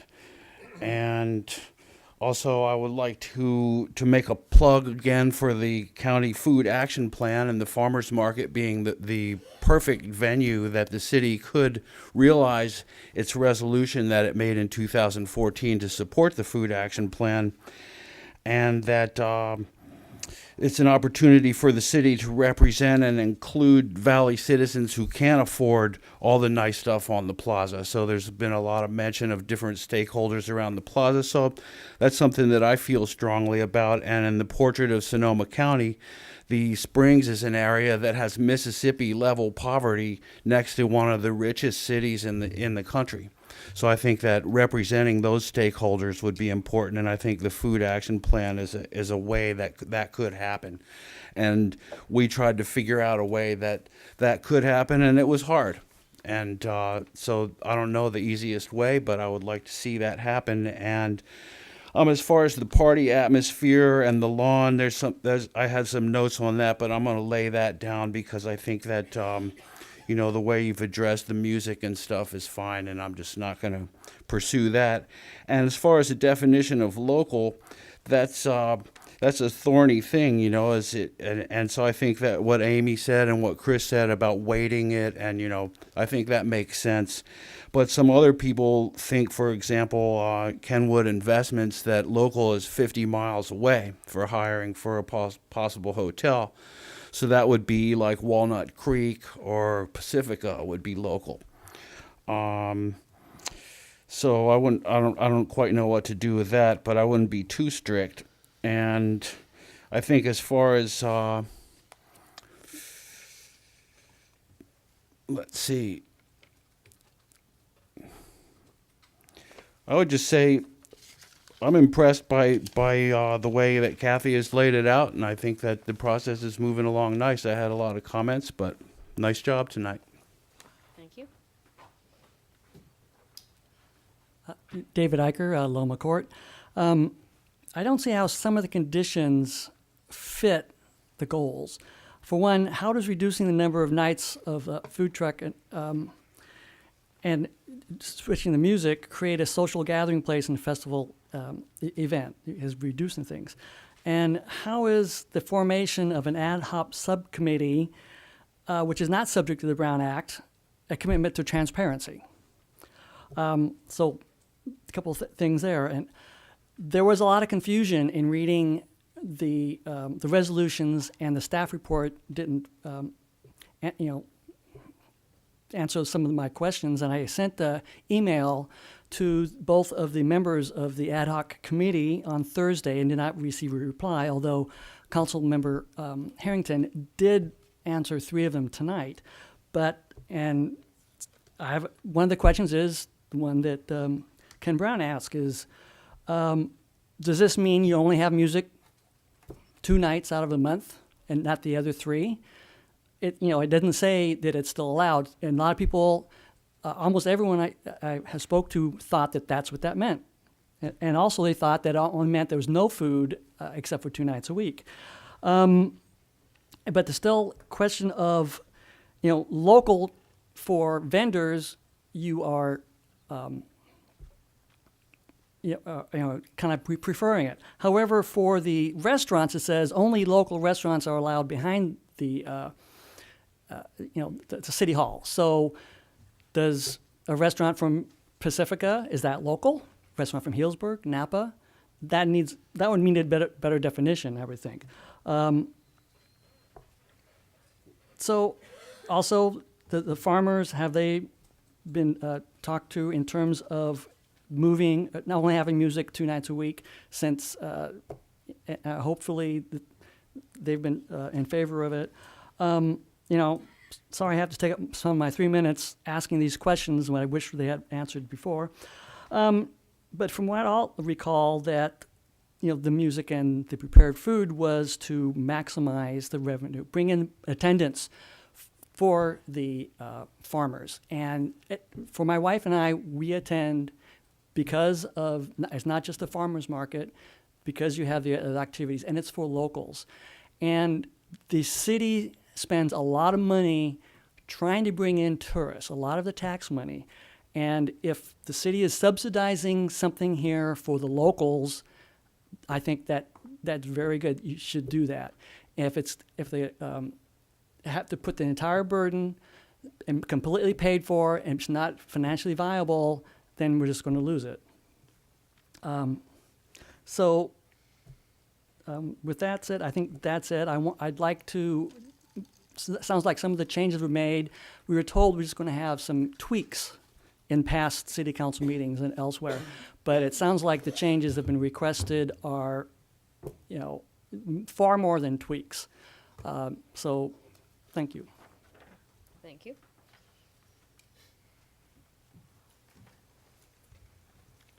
Good evening, Council.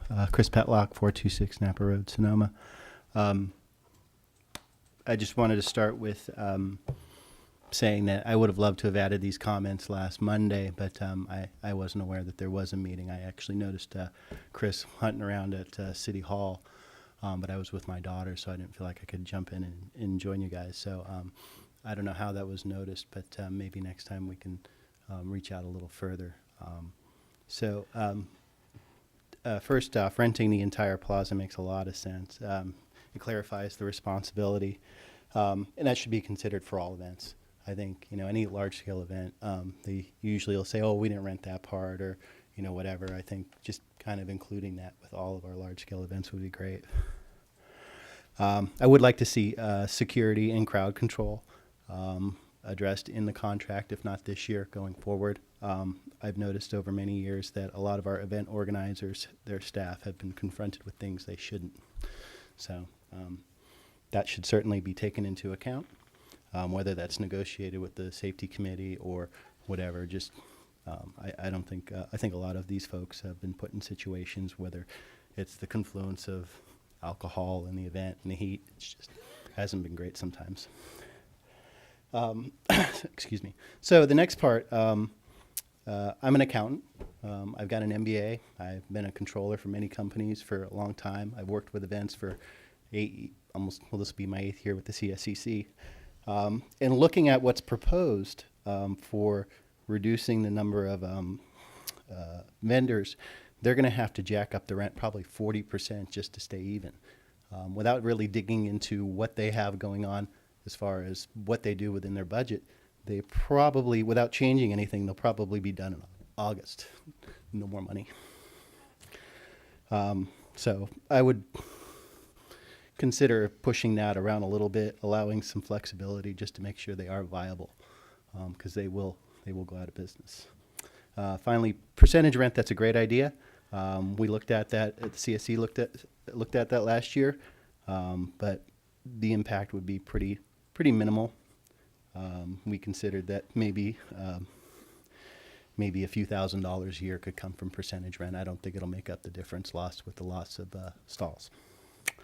And then finally, in regard to the appeal process, the CSCC has always been the second appeal, and we generally just looked at whether or not they followed the process that was outlined by the city in the original contract. So anyway, that's what I have. Thanks. Thank you.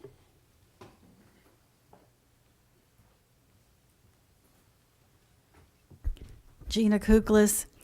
I came here tonight as a fan of the farmers market. I've been attending the Tuesday night market longer than any of you have lived in town, and I've lived in the valley 30 years.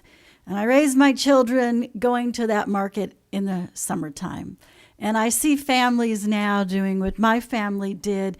The kids love to go there. They see their friends in the summer. I see the young teenagers. It just, makes me miss my soon-to-be 24-year-old twins who live in other states. But I see families I shop. I always shop. Sometimes I buy more stuff than others. Depends. I don't buy as much as I used to because I don't have 2 kids at home anymore. Some nights I eat at the food vendors. Some nights I bring a picnic. Some nights I go to Pizza and Pinot at General's Daughter. And guess what? The farmers market doesn't keep those crowds away from there in the summer. And a lot of nights I go home and I eat dinner at home. And I think I'm pretty typical. I think I'm a pretty typical type of customer of the Tuesday night market. And my fear, I'm here because from what I've been hearing from people around town, there's fear that the council majority is out to ruin the farmers market. Now, I don't quite understand why we need to micromanage how many numbers of food trucks, if it's a space issue, I don't know. But hot prepared food is hot prepared food. Whether your vehicle is a vehicle, a back of a trunk or a booth. I mean, Picasso Deli, and they're selling their burgers, now they've got a new food truck. I would guess they probably want to use it. I don't know. I haven't talked to them. But the point is I feel like there's almost too much level of micromanaging from a city council. And it's not your job to micromanage. I think you read the 2010 guidelines, the vision. it's done it.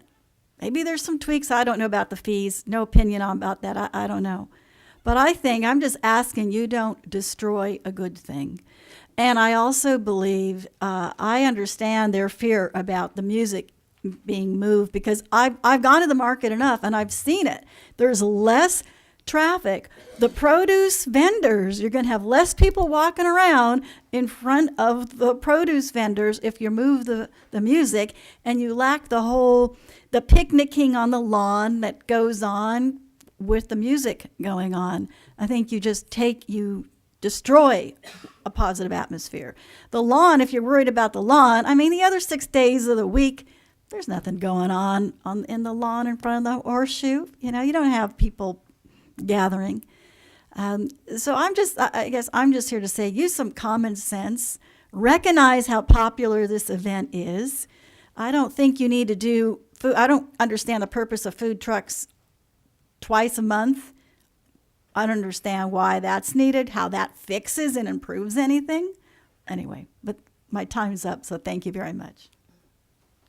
Thank you.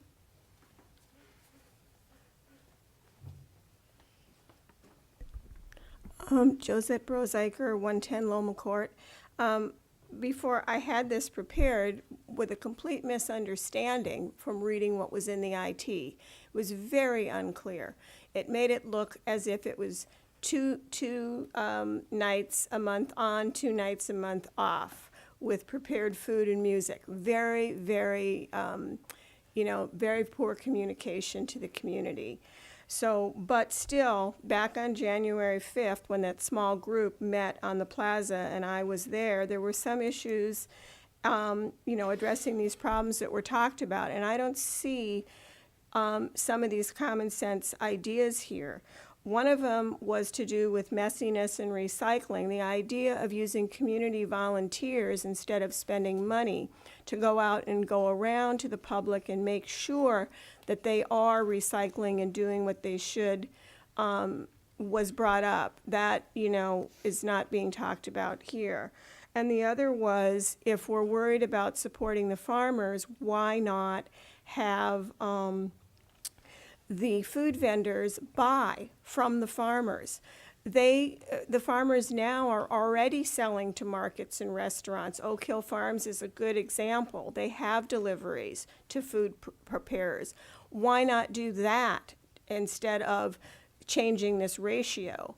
Encourage these vendors to be using the actual produce that's being sold by these farmers and then letting the public know about that. That seems to me a much, much better way than this idea of let's do less food vendors, because, the less food vendors there are, the more frustrated the public's going to be. They'll wait in long lines, they won't like the market, they won't come because they'll find that it's not as great as it used to be. And then the last thing has to do with this idea of transparency and getting input. I don't like the idea of an ad hoc committee either. I feel it's closed. But I also think there should be some public outreach and some accountability, some actual statistics that we can see where you go out and you ask the public these questions and you publish what does the public think, and not just the voters in the town, because everyone in the valley comes to this market. Thanks so much. Thank you.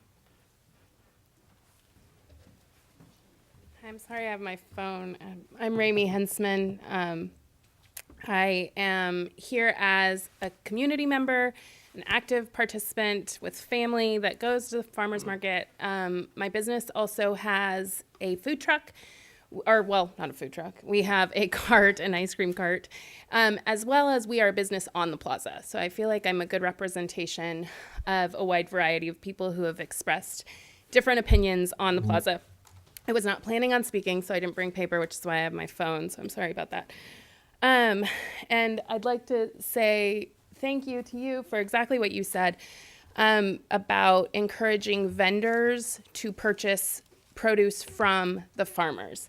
That's something we do. Every week, one of our staff members buys peaches, buys lots of different produce from the farmers that are at the market. We make a very concerted effort to make sure that we're buying like local as possible, as Sonoma local as possible. We also buy at the Friday Farmers Market as well. I don't know if I should say this, but I think that the food vendors make money at this event. I mean, I think that that's fair to say. I think that there's an opportunity to increase our fees. You know, I think that as our business wants to make money as well, obviously. But we are so grateful to be a part of this community. And I've never seen a community that funds its local business the way that Sonoma does. And I'm new to this town, but I have never been so inspired by the way that the community comes together and has discussions. And I mean, even just the constant discussion on transparency and people engaging, it's incredible.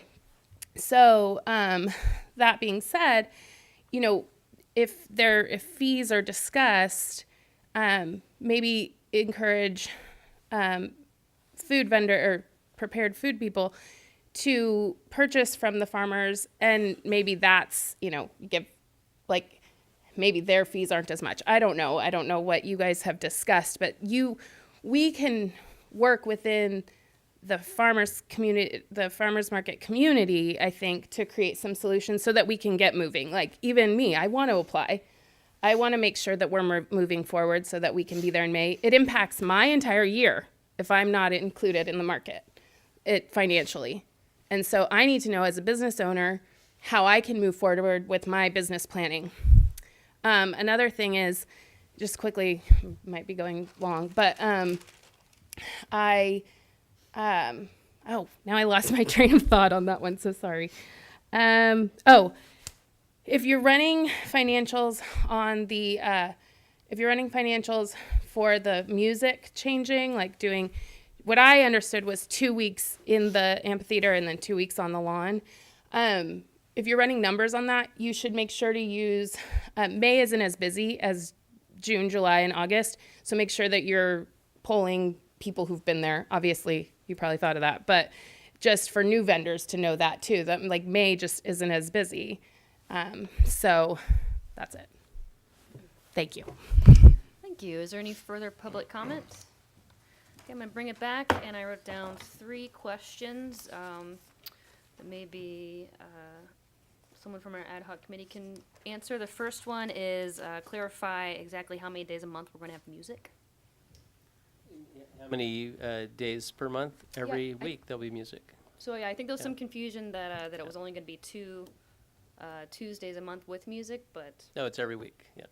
it's just the location of music is changing. Just to clarify that, so we're talking about a pilot program which involves 4 times that music will be in the amphitheater and not on the lawn, and the rest of the time it will be on the lawn. So starting in May, every other week it would be on the horseshoe, in the amphitheater, on the horseshoe, in the amphitheater. We're talking about testing that 4 times, and then we'll figure out a process to figure out, you know, did that work? What did the community think? You know, what was the impact? Okay, the second question was specifying the local businesses that are gonna be behind the plaza with the food trucks. Is that defined as to what qualifies for that area? What the board discussed was for that purpose, we would think in terms of Kenwood to Shellville. Was that right? Yeah. That's how we would, for that purpose. We're not generalizing because there's a lot of considerations of local regarding vendors, but for that purpose, that's what we discussed. All right, and then in the discussions about the music changes, do you have a sense of what the farmers' opinions was that participated, who spoke to them? Well, part of our discussion with the farmers is that when there's a band that's loud and so on, they don't really have an opportunity to sell and talk to their customers. It's just because it's a party. And, you know, part of the beauty about what we do here is even when tourists come, everybody comes to this market, is that it's an opportunity for the farmers to sell what we've got.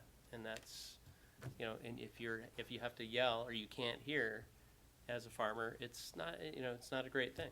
And, I think from what I'm hearing from them is that they're excited about the opportunity of this test. And the previous speaker with, being May, we know there's not a lot of stuff for the farmers or different things in May. But I'm anxious to see the test. It's, we included everybody in the conversation for my assessment. So. All right, so we're gonna bring it now to council comments. Councilmember Cook. I've been waiting since December 19th to speak on this subject. I'd like to start off by just saying that I want to make sure that my colleagues understand that this is a local event. I've been going to the farmers market for a long time. I almost attend every one. I think during running for election, there was some times that I actually walked the jurisdictions instead of being there on my table. I have a few issues, and probably the first one would be moving the music from the horseshoe over to the amphitheater, even if it's a pilot program. I have a 7-year-old daughter who dances. Dancing on the grass is safe. Whose liability is it going to be if some kid, small child, cracks their head open? So I don't think that moving the music over to the amphitheater is a good idea. But on December 19th, probably the biggest thing that came out of that meeting is, why do an ad hoc committee? Ad hoc committees are for certain little situations that need to be done. I wanted a standing committee. I urge my fellow council members tonight to make sure that it is. We need transparency. There are some changes of the farmers market, even myself, that I would like. I would love to see cross guards at 4 of the sections to try to get pedestrian safety. But it comes back, who's going to pay for that? Is it going to be subsidized by the city? Is it going to be the farmers market? And this is what comes out in a process that is a standing committee. Ad hoc committee on this doesn't work. Well, I've already had a couple speakers tonight talk about how they read in the IT. I read in the IT exactly the same thing that they read until I got my packet, really didn't understand exactly what was going on. I'm not here to beat up my colleagues because I appreciate the work you're doing, and I understand. Councilmember Edwards has spoke for a long time about the grass and the horseshoe, and I understand that. But if you take the music away from the horseshoe, you're not going to take the people away. And I know when we're talking about test, that would be one test that you would really want to see really quickly. All you're going to do is move the music over to the amphitheater, possibly 4 times, but it's still called a pilot program. I know what happens to pilot programs, especially when there's an ad hoc committee involved. The next thing is, it's over there all the time. And I would think that would be very unfair to a lot of people who've been going to it. So tonight, I like some of the changes, and I'm hoping that we're going to do some matrix voting. But I just wanted public to understand, if it isn't broke, don't fix it. There's probably a few tweaks. I think that we definitely need to have a standing committee on this for the next, however Sonoma is here, because it is good to get all this input from the CSEC, members of the public, the farmers market, board of directors, or staff, and include 2 council members. And it doesn't have to be me. Okay, thank you. Who'd like to go next? I will. Councilman Ragamonti. So here's what I don't understand. I agree with the standing committee, and I think the ad hoc committee did their job, and they did it well, and they, what's the word, threshing, you get all this stuff out, and that's what you have done exactly. But I think moving forward is a standing committee is a good idea. But does that mean that this Tuesday market is going to have a committee that looks at them all the time, forever, until we're all gone? I don't understand. I guess I don't understand. Is the standing committee for all events? And what happens to CSEC? So I'm sort of confused there. I'm so glad I wasn't part of this committee because this is a lot of work. And The other thing is I'm concerned about the feasibility of the financial stability, because I know how hard it is when you're a nonprofit. So those are just the two things. I like the idea of a standing committee, but I don't really know what would the standing committee do. Is it just for this, or is it for everything? Thank you. All right, Councilmember Edwards. Well, one of the things that I liked about the idea of the ad hoc committee, whether I was on it or not, was the expediency of it.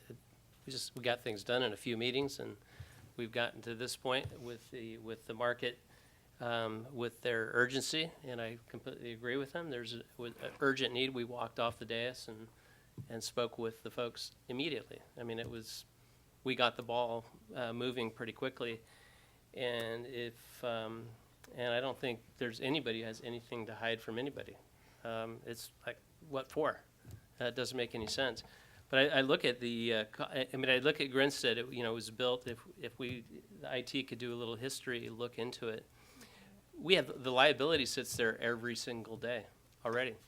If you were riding your bicycle through here at night and you drove off the deck, you're still going to sue the city, and it's what we have. So do we take the Grinstead Theater and tear it down, or do we make that the future of the Grinstead being something that could be a pretty iconic little music venue for the plaza all the time and improve it?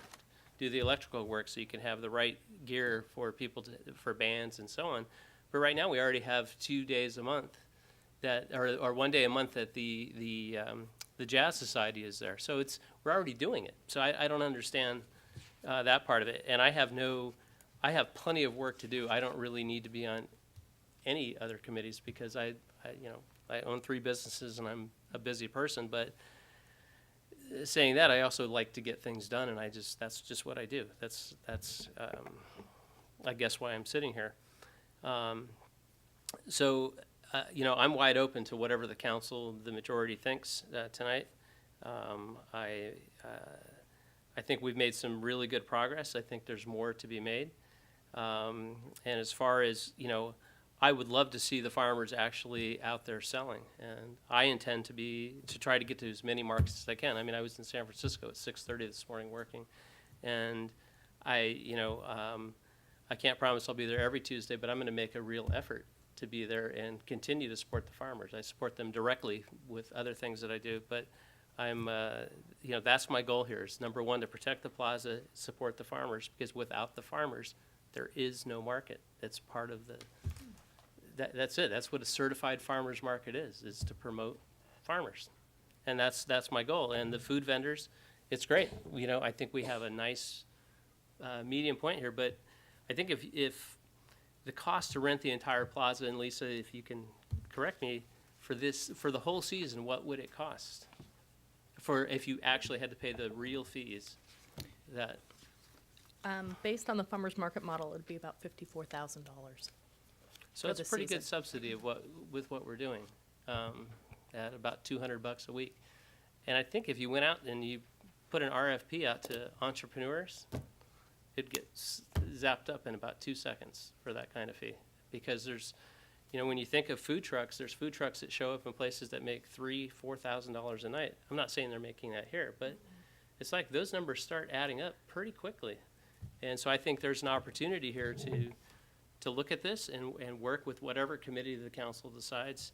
I'm a proponent of an ad hoc committee, and I don't need to be on it, as Councilmember Cook said as well. But I just like to get things done, and I think I'd like to see it be an efficient process. And if it needs to include others, the bigger the committee gets, the more difficult it'll be to actually get a decision. But I would be interested in hearing back from the farmers market staff how they feel about it.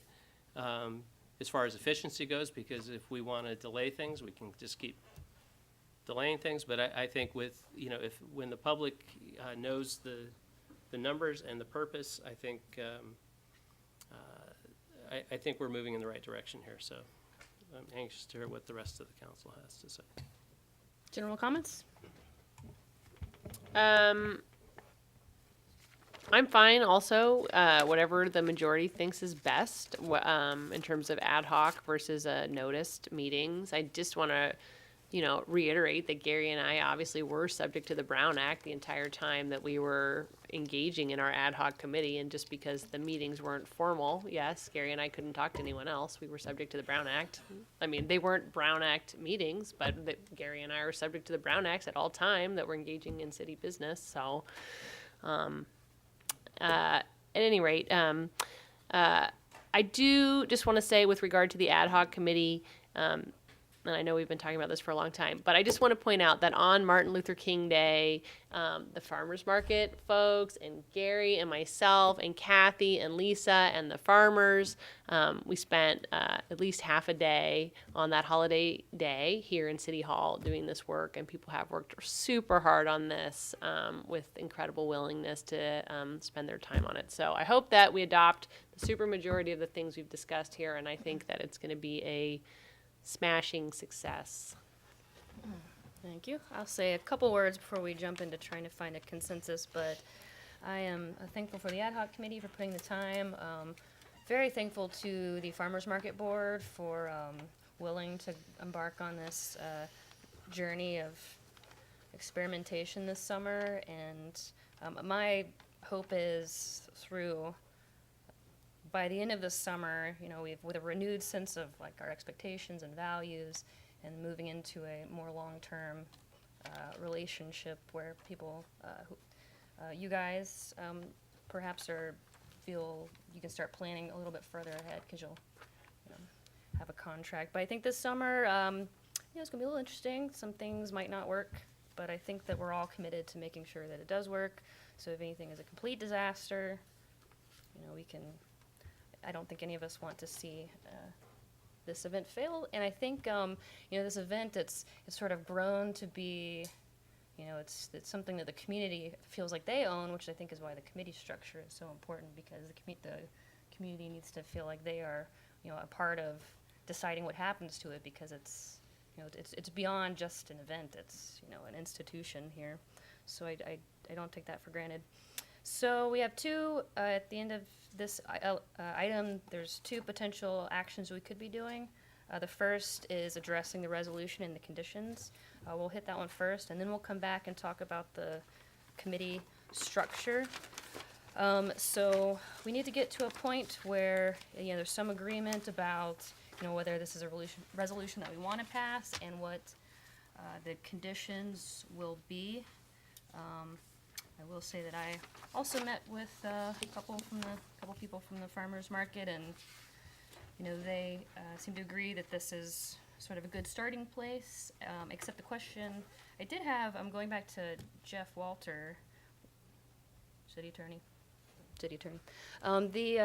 So making the second appeal and your comments as to, if we use the CSEC, is there still a concern about exposing private information in public setting, or if we establish them, would that be better than having a council committee do appeals? I think we need to give some thought to this. What are the criteria? If the CSEC is going to be the final decision maker on this matter, is that something the Farmers Market Board would agree to, that their decisions as a board can be overridden by the CSEC? And is the council willing to have the CSEC be the final decision maker, which means that their decisions expose the city to challenge and litigation by those who are dissatisfied with the CSEC's decision? I think before you delegate that authority to the CSEC, you'd want to have some standards and criteria that you think they should adhere to.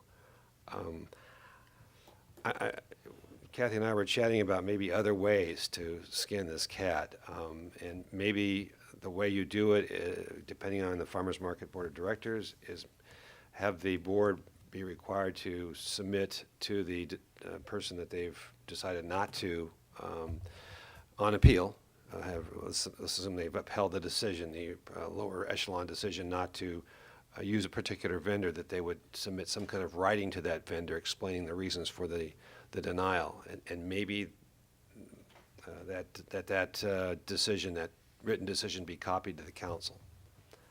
I just don't know how much proprietary information is utilized by the board in making these decisions. That's my concern. What kind of confidential information would be inadvertently disclosed through a more transparent process? Sorry, learn how to use these mics. Maybe just to add to what city attorney is saying. There's this Brown Act question that Jeff has raised, and also this issue of liability. And so the other thing to think about again for this 1 year, if council is not comfortable moving forward with having kind of 2 members of the council or 2 members of the CSEC sit as the appeal, it's something we could talk about, maybe a different kind of appeal process as part of the 2018. But maybe an interim step for this year, again, a tweak, would be this letter that was talked about where, again, it goes through the farmer's market, formal kind of 2-step process. And then there's a letter that goes back to the vendor that says, you are not being, submitted, and here's the reason why, and here's things you could do for next year or whatever. But it's written and maybe the council's copied. I think one thing that's been hard, at least just anecdotally from what I've heard in this issue, is there's the rationale maybe is not always known or not known by council, and you're approached, and maybe that's something, if there's a rejection letter, it's posted on your website. Again, I don't know if that's possible, but at least there's this knowledge, and that if the issue is transparency versus actual, council having a voice and control. So maybe there's the question is, what are we trying to solve? And is there a way to do something maybe more interim this round in a broader conversation? So my understanding is that the objective was public confidence in the decision-making system. It was more of just sort of having a system that had enough levels that people felt like it was fair.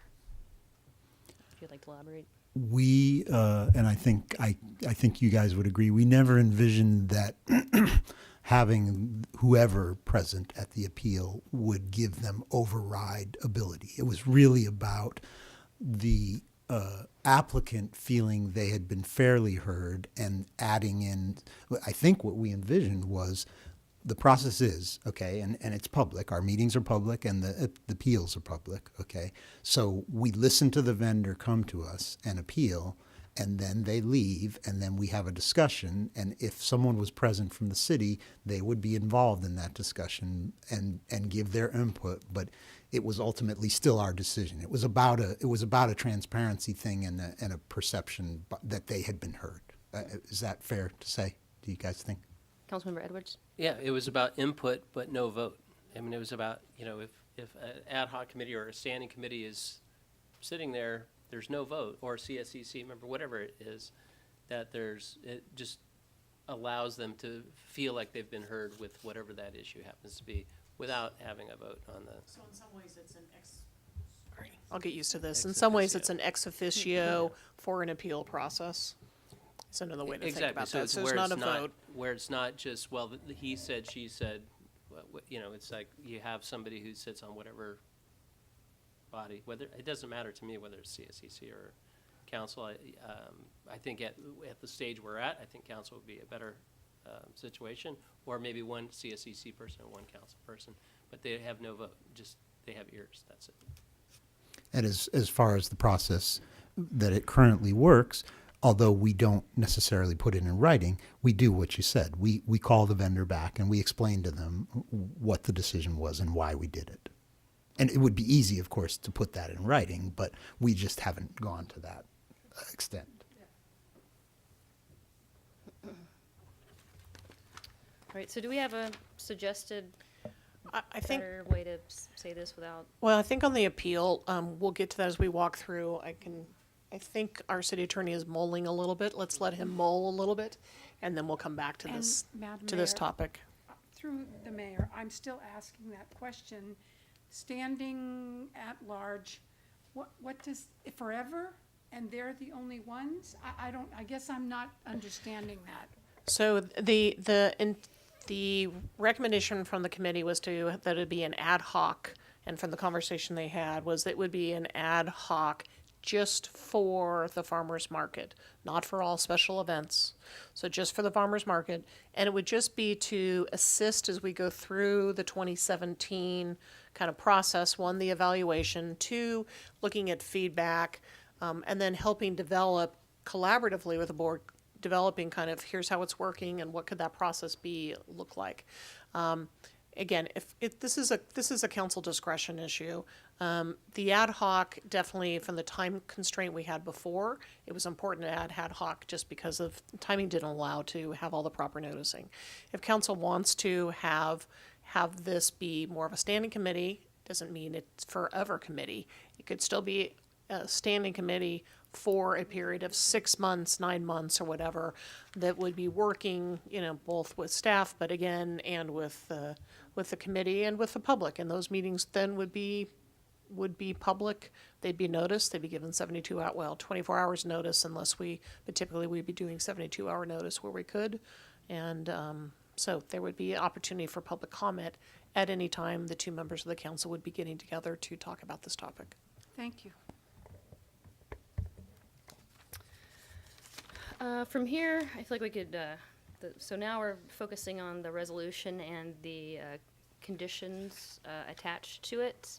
And, I mean, we could go through all of them and see if there's any modifications, but if there is some sort of general consensus, either the way that it is or without sort of going through that process first, I feel like that would be more expeditious. So, as a straw poll, we can do this.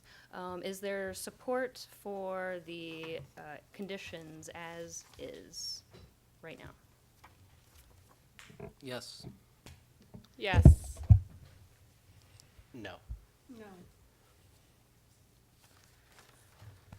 All right. I will add mine that the one change that I would like to clarify is this appeals process. But if we could perhaps narrow down what the concerns of the two of you. I'm going to start with, I think, with policy goal number 2 because the first one doesn't have anything under it. But so is there anything about policy goal 2, focus on local vendors and businesses, the 4 items that are underneath it? My only concern is either ad hoc or standing. I'm comfortable with the others, and thank you, City Manager, for explaining about, explaining my question to me. So I'm happy about that. I'm okay with everything else. Okay, so after this, we're going to move to the committee discussion because I think that's going to be a involved discussion. So we have 2 separate actions we can take here. So I guess this is for Councilmember Cook, if you would like to highlight what your concerns are, so you can accommodate them. Well, I think my concern has to do with, I don't see a lot of financials in these conditions of approval, and I'm concerned. And going back to December 19th, the way that I felt about this is I would have liked to just renew what we had, and then with a standing committee being able to go through the year and making sure that we're not putting the farmers market at risk. Because as being on the council for 5 years and watching for 2 to 3 years, 4 years previous to that, I remember when the farmers market was in trouble. And what I'm seeing in this is going too fast, too quickly, and we could lose one of our best local events that we have. So that's why I'm not supporting this tonight. Okay. On that note, do I have any? Well, so going back to this appeal situation. How would the council feel in changing that condition to read something like the council will appoint one of its members to serve as an advisory person to sit with the board of the farmers market in hearing and giving advice, but with no voting power on appeals, rather than 2? I was going to say, I actually, to the extent that the board is willing to issue a letter explaining why people are not selected, I think that probably addresses the concerns that I've heard the most, which is people saying they don't know why they weren't picked. So if that is something that the farmers market is willing to do, I think that's and because of the issues of liability, I actually think that's preferable than having us sit. I can go along with that. Does anyone from the board want to weigh in on that modification? Well, if you're talking about appeals, which is what we're talking about, otherwise it becomes a little bit of a burdensome, because we get, over 100 applications. And we do send out a letter, but it is a general letter. But certainly, I can't speak for the board, but I believe that they would be willing to do that, to say that if someone came to an appeal, that we would give them a written response to that appeal. And I have to say to you that when people do, in my 5 years as manager, some appeals are successful. Sometimes when the vendor comes to the board and sits in front of the whole board, they override the selection committee. They have to consult with me to see if it's possible because of space and things and electricity, but they have overridden the selection committee in the past. So, but if we're talking about responding to appeals in writing, then I think that I could say that the board would go for that.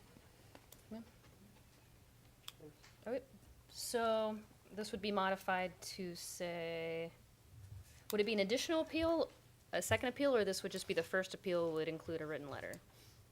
This would be the appeal that goes to the board of directors. So we would be modifying the language saying that the Valley of the Moon Certified Farmers Market will respond in writing to any vendor who was not selected at the time that comes before, through their official appeal process to their board of directors.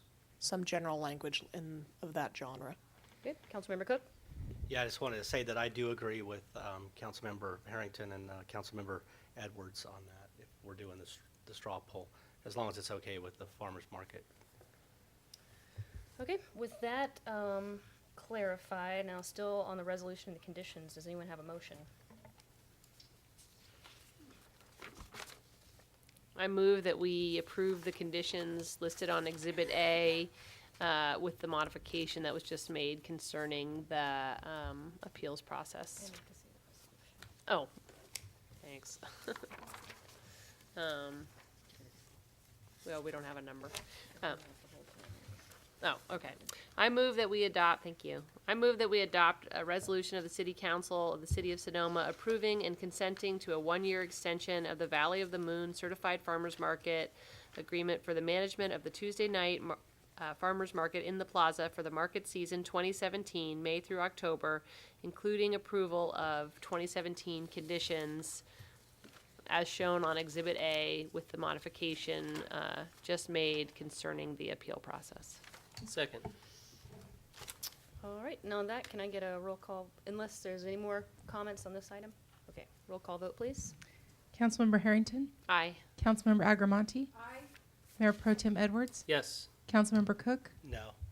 Mayor Hunley? Aye. Thank you. Thank you. All right, moving on now to the second part of this, which is the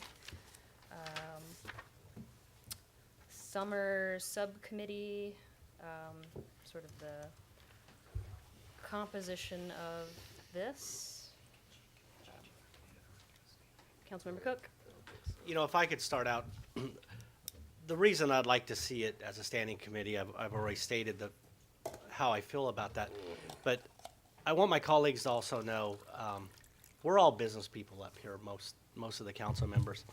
And whenever you enter into a business meeting, there's always somebody who has the shiny golden object, and then you have the one that doesn't. When you do negotiations with the farmers market, they really don't have nothing except for the transparency of the public. And that's what I like to see, because in the end, they're going to agree with almost everything that you want, knowing that there might be an RFP that could remove them within a 6-month period, which I feel makes an unfair meeting. And then if you throw in the transparency fact, and maybe it's false, but still the perception of the community is that they're not being heard. And the reason I'd like to have a standing committee is because we have very few people sitting in this council right now, but that doesn't mean that people don't care about the farmers market. It means that they've elected us as individuals to look out for their betterment. On May 1st, when they walk out to the horseshoe and they don't see a band, the first thing they're going to say is, well, where's the band? It's in the amphitheater. If they want to complain in an open process, they come to the standing committee. To answer Councilmember Agamonte's question, is a standing committee would meet and talk about concerns and possibly talk about more concerns. Maybe there are more restrictions that we would like to put on the farmers market, like I would love to see crosswalk patrols. You want to, because if you look at the problems with the farmers market that a lot of locals say is they don't go because of the traffic or because of the parking. There's things that we can mitigate throughout the season through that. And I think it would make it very easier, even for the farmers market, if they did go up to an RFP. At least they would know what some of the concerns are. And that's why I'd like it to be publicly noticed. I think it's the democracy in action, and I 100% would vote for that. And I don't need to be on the committee. All right, who's next? Well, I know what I'm trying to stay away from my phone when we went out to that meeting in Sacramento. I'm a big Googler, so I was going to Google ad hoc. I know what it means, but I don't know the length of time, so I'd like to ask our city attorney. There are a couple of things, I guess the ad hoc committee, my assumption is sometimes it's for an urgent issue, sometimes it's just a quick look at something, and it's for a shorter time. And so that's one of the things I want to know, and it's urgent. I think this ad hoc committee felt that there was an urgency, but I think this next phase seems like that I feel the urgency is gone, and there's a lot of reporting out of what's happening, and I don't feel that urgency, and I might be wrong, because you might have your own thoughts on that, but I just wanted to know I think we all know what a standing committee is, unless, Mr. Walters, you'd like to make a comparison. I can Google it for you. I'm ready. Generally, by definition, the Brown Act indicates that a standing committee is a committee that has continuing subject matter jurisdiction or has a fixed time for its meetings. So if you're less than or other than that, then you're not a standing committee. The committee that at least the staff report and what you've been talking about indicates to me is one that may not in fact need to exist beyond this year. You may not want to have a committee of this council overseeing this farmers market operation every single year for the next 75 years. You may find that your job is done. Your work is done by the end of this year. You've got them sitting in 2018 with a contract, and you've watched the trial and error process of this year, and you know what will work, and that's it. That sounds like an ad hoc committee. It's an ad hoc committee is typically charged with doing a project, and once it's done, the committee is over. Again, I think Kathy has a good suggestion. She suggests that you do establish an ad hoc committee, but you make it subject to the Brown Act. If you believe the urgency is moved away from that a little bit, that would then require that committee to notice its meetings. They'd be open to the public, but the public be able to testify at each of the meetings. There's a little bit more organizational work involved, but that is an approach that would certainly work. And this, that route of going ad hoc, would that still be with ultimately deciding the composition of it, like not just representation from the council, but if we wanted, which I think would be perhaps a discussion at our next meeting, like a seat or two for the CSEC, plaza business, vendor, farmer, and we could set a committee, or would it still be two council members and then whoever they want to talk to? Well, tonight it's agendized as an ad hoc committee of 2 council members. So tonight, adding some more folks to the committee would probably not be agendized, and you probably couldn't talk about it. But if you decided to do that in the future, once you did that, it's no longer a council subcommittee. It's a committee that you've created, and it will clearly be subject to the Brown Act. But if that council subcommittee is already in the process of doing that and is used to having those kind of meetings that are noticed in advance, it shouldn't produce any procedural problems. But the council would certainly be entitled to, as you move forward, add other members to this committee, but once that happens, it transforms itself into a non-council committee and becomes just a farmers market oversight committee. And who can add members? It would have to be us bringing it back and then formally adding people, and we Yes. can't do it today. You could probably charge the committee to do that if you wanted to. Most councils don't want that to happen. They would like to have some control over who's part of a committee that's going to be reporting back to them and giving them information.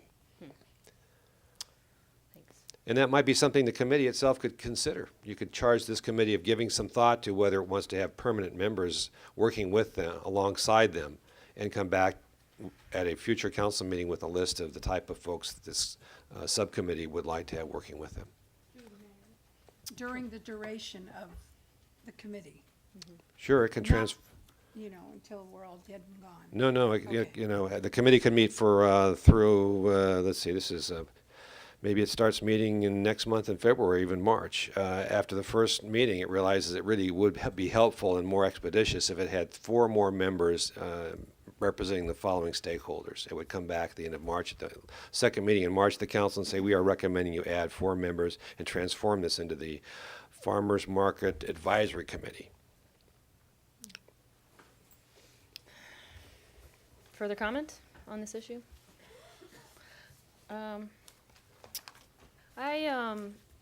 mean, I agree that I think it should be something, now that we have some time to think about it, something that has, you know, that's a little more structured and transparency, so that by the end of this process, everyone feels like they can be confident in what happened.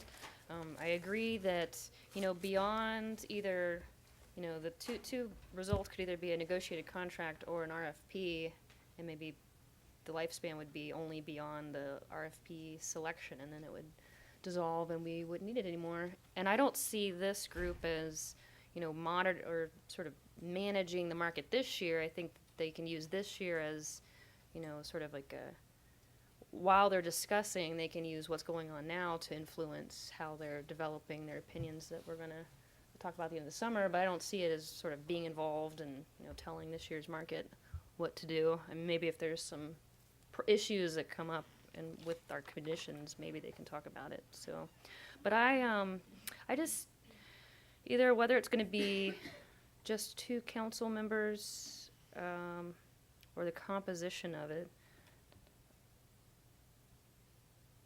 I think that having, you know, other interests represented might further instill public confidence in it. Councilmember Cook? Yeah, I think at this point, what we should do is we should just agendize it for for another council meeting, and that way the council, at the will of the council, can make the selection of who would be on the standing committee. And one thing I didn't understand, I guess, the difference between an ad hoc that has Brown, you know, that is under the Brown Act versus a standing committee. What's the difference? In terms of complying with the Brown Act, none. In terms of its long-standing nature, there may be a significant difference. The standing committee typically lasts, frankly, from year to year to year. The budget committee, for example, is a classic example of a council subcommittee. The budget committee or the cemetery committee. If you have 2 people in the council who are going to be dealing with the cemetery, and it lasts from year to year to year, that's a standing committee. Yeah, because the reason I brought that up is I think this year that committee would meet a lot, but every year there would be a committee meeting with the farmers market to do a renewal, unless it was an evergreen that we just didn't look at. But I would think that that might even be where that committee meets once a year and helps for recommendations to the council if there's issues that happen with the farmers market. It would give, I think it would give the council what the council would need, and possibly we would never be in this 11th hour situation that we were back in December 19th. So that's what I suggest. Okay. Councilmember Harrington? I mean, I think that's really the like year to year, that's the role of the CSEC to evaluate how the farmers market is going. They have in-depth conversations with them about the fees and also the concerns, and they also have a formal public forum for people to provide feedback. So I think ongoing, the CSEC is the appropriate venue for that type of feedback, but that in this year, when we're deciding whether to issue an RFP or to do a contract, and we've made these changes, that this is a unique year that requires council oversight because of the changes that are happening, but on an ongoing basis, we already have the structure to do the things you just talked about, and I think that's the CSEC. And I also want to ensure that we're not disempowering those people who spend time on this from what their role is. I agree. Our last RFP, we've gotten 6 years out of it. So I assume, I would hope that whatever we produce at the end of this summer is something that we can like use for and give some sense of, you know, continuity to, like, you know, until maybe there's another big shift and the numbers change or something. But this is, you know, we have an old thing that was working pretty well, and we just need to adapt it to the modern world. So I guess it depends on it sounds like we're leaning towards a ad hoc subject to the Brown Act, and then the question is, who is in it? And today we can only decide if it's just going to be 2. And if we want to talk about it being bigger than 2, then we're going to have to bring it back. That's correct. That's correct. Mr. Walters, may I say publicly, I don't want to be on this committee? Sure. Okay, thanks. So I'd be totally okay with ad hoc committee subject to the Brown Act. You know, we did this in less than 45 days from when we had our last meeting, and we got to this spot where we're moving forward and having a market. And you know, the only issue that I would have with it's not really my issue, because I can, you know, with 72-hour notice, I can generally make most meetings, but is that if an issue came up for the market operators, you know, they might get a little antsy if some issue happened to come up. I have no idea what that issue would be, but it could. And, but I'll go along with it. It seems like there's a consensus there. So it sounds like there's a consensus to have this ad hoc committee of 2 council members be subject to the Brown Act. That's generally what I'm hearing. And just to be clear for both council and community, that with being subject to the Brown Act, because there is no regularly scheduled meeting, typically we would try to give 72-hour notice, but you could call a 24-hour notice, and that's fine. So it could be either a 24-hour notice meeting or 72. Again, typically we would like to be able to give the public more timing, so I would imagine that most of the meetings would be 72. But to speak to Councilmember Edwards' concern, if something came up where there really was a reason that a meeting needed to happen post haste, that could happen with 24 hours notice. I would also suggest that you could also have, if there are people that have interest, we could develop an interest list. People could email the city, we can have an interest list, they can be on an email distribution list, they can be informed when a meeting is, and that might be a way to make sure that anyone who wants to come, like some of those folks that came out on that day and met with you in the plaza, know when all your meetings are. That's an easy thing for staff to do. And that you don't necessarily have to expand the membership of the meeting, because you'll be having a public comment at that meeting. There is something, you know, these will be conversations potentially between a couple of members of the market and whatever the committee structure is. That committee structure starts to get a little larger, and it does make those conversations more difficult. I think you definitely want to have strong public comment within these meetings, and you also want to make sure that folks have, you know, we can again use some email lists so that people are informed and can be actively on that interest list. That's another option before the council. Councilmember Edwards. Well, I would agree with that, and I've never met Ramey before, but I would love you to be on that committee if you'd like. I think you know, I'd like to get moving on this and let's We'll call for the question. yeah, call for the question. There you go. So what exactly is the question? It's just end the discussion and vote. I know, but we don't have a motion on the. Well, that's what the purpose is to make. So I'll make a motion that we maintain the current ad hoc committee, because we have 2 council people who decided they don't want to be it. I don't think the mayor can would choose to be on it. That we keep the ad hoc committee in place that we currently have, subject to the Brown Act, and that's it. Should we time limit it through the end of the year? Oh, definitely, yeah. I'll second that.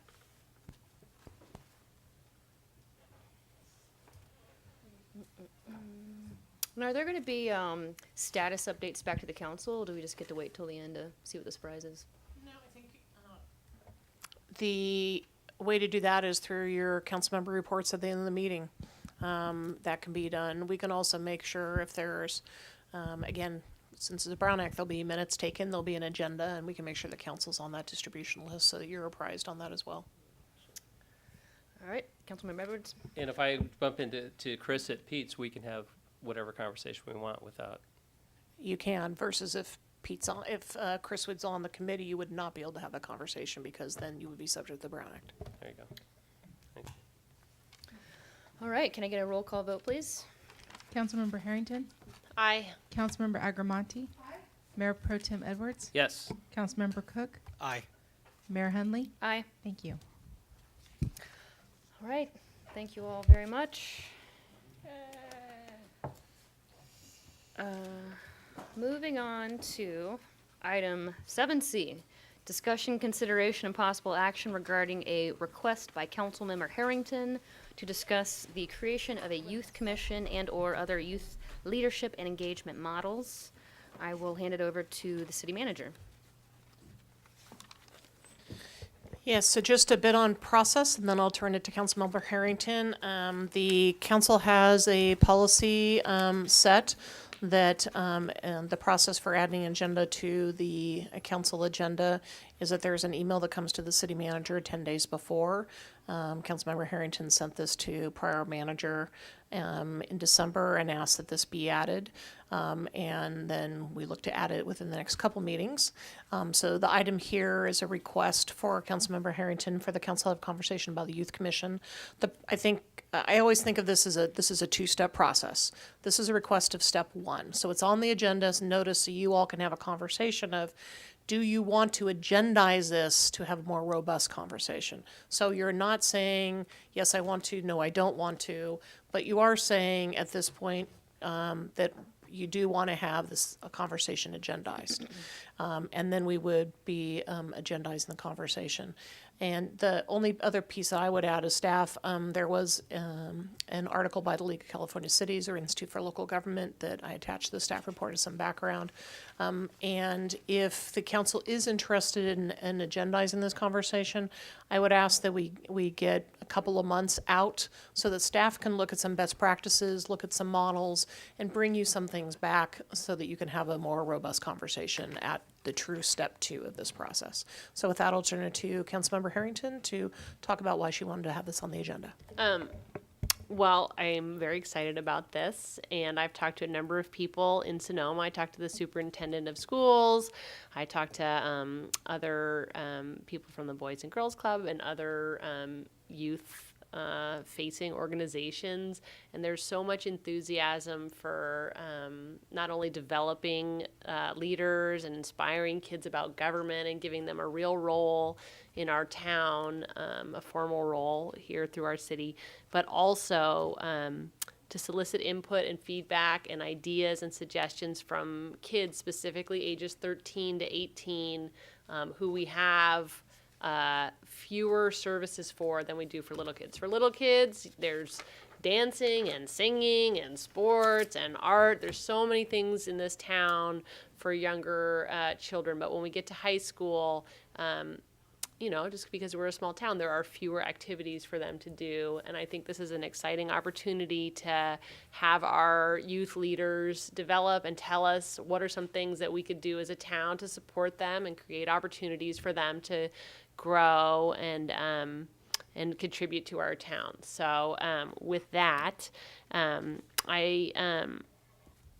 the idea would be that staff would go back and come back by April 1st with a report to us about what are some possible options, how do we involve those community organizations, how do we create something that's meaningful and that can be sustained given our city resources and staff.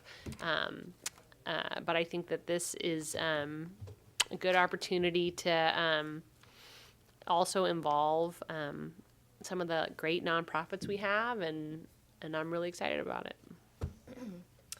Okay, do we have any questions about this item? Nope, not yet. All right, we're going to take it out to the public. One day. Seeing none, I'll bring it back to the council for comments. Councilmember Edwards. So I love the idea. Little kids definitely have everything to do here, and And this group, I'd love to see some things like maybe one of the city surveys that we've done. Maybe the IT could do a survey as well.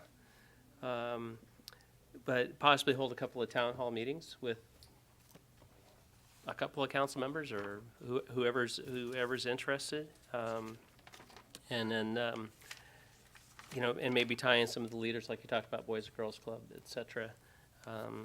Folks from the school, Rob down at the skate shop, for sure. And then maybe use some communications with some of the work with the chamber to talk to businesses that are interested in job shadowing and that sort of thing, and give them a job to do to try to pull that together. So I'm in full support. And if it's, I don't want it to be a burden on staff, but I think, you know, pushing it to April, I think is a good idea. All right, who's next? Any other comments? Councilmember Cook? I'll just say I'll be supporting this tonight for further discussion, and I think it's something that will work out really great for the city of Sonoma. So thank you, Amy. I think there's a lot of moving parts, so we're not there yet, but I think it's a great idea. It actually goes in line with a young woman who's going to be doing her senior project on recreation here in Sonoma for kids of that age group. So I think it's going to be really exciting. I think it's about time we've done this. Thank you. And I also support, and in this research process, I'd like to coordinate with the high school, because they have some programs happening there, so that we can either complement them or not duplicate them. But unless there's any other discussion, can I get a motion? Move to approve? I think we need a direction to the staff. Do we? Well, I think this is sort of sending staff on a journey of looking at best practices and then coming back with us options, which then we'll be able to narrow down where we want to go. Correct. The basic motion that a council member would be making would be direct staff to return by April 1 with some best practices and information and preliminary research on youth commission, youth development, and other types of youth leadership models. That's generally the motion that you're talking. I just want to clarify part of Councilmember Edwards' comments in terms of city survey and town hall meeting, those things. Some of those things I see as would come later. I just want to clarify. Okay, great, because I think there is some initial best practice conversation, some initial research that I'll be doing with some of these organizations just to get a sense of what's currently going on in town, because there's a lot going on in town in some ways, and then bringing you back some ideas and models and best practices, and then from there, council kind of saying, okay, now this is how we want to proceed. Okay, so do you want me to make an amendment? Or it's, you clearly... I think I'm clear. I think I'm clear on what I'm hearing.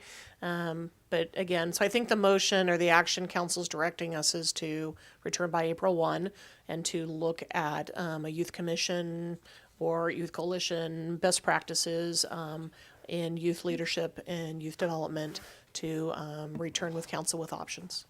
Yeah, and maybe a suggested model. And maybe a suggested model. I second that. All right, if no further comments. Can I get a roll call vote, please?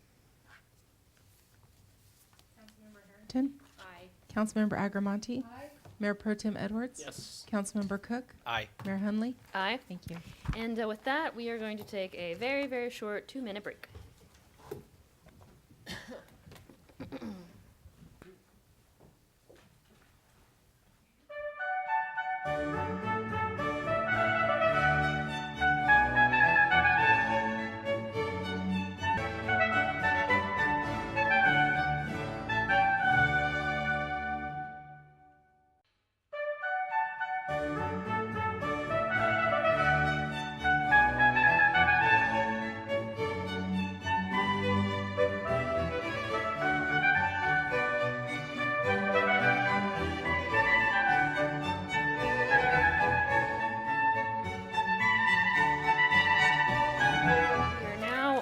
To item 7D, discussion, consideration, and possible action regarding the annual assignment of council members to various boards and committees.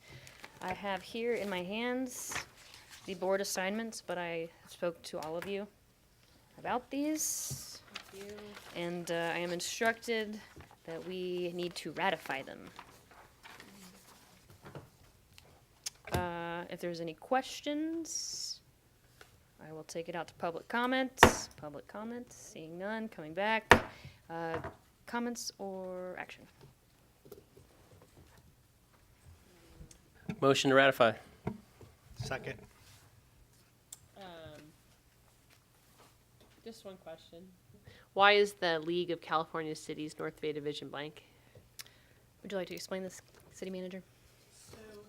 This is a piece, this is a council if you want to do this, but it was a question the Mayor Hunley asked, what does this position do?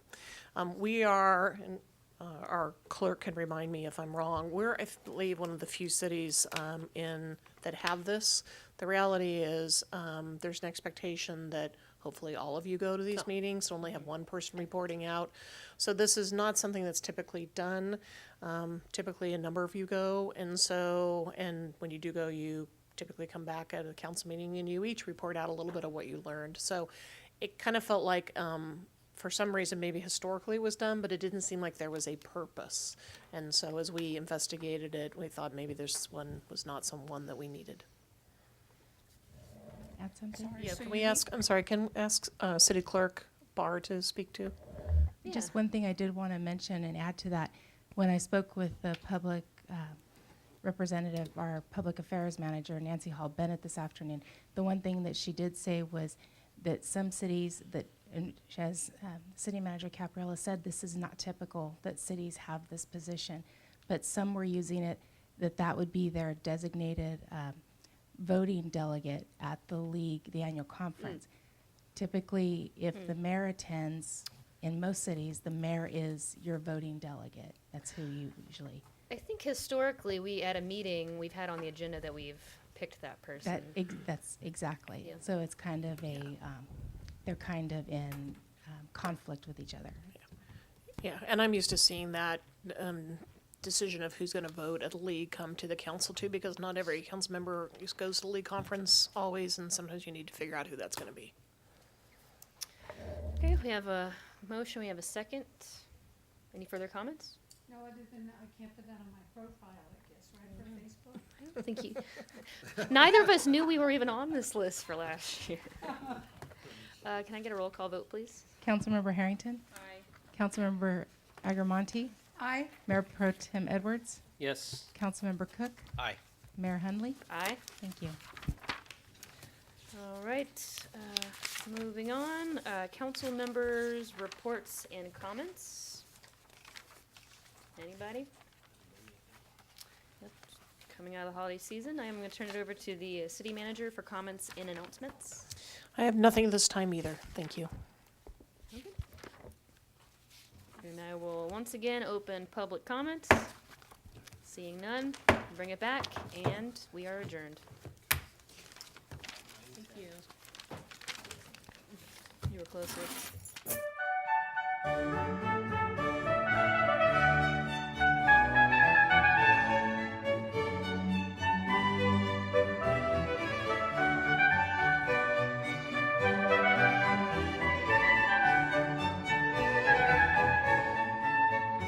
Underwriting is provided by Sonoma Paint Center, located at 815 West Napa Street. For more information, you can go to sonomapaintcenter.com.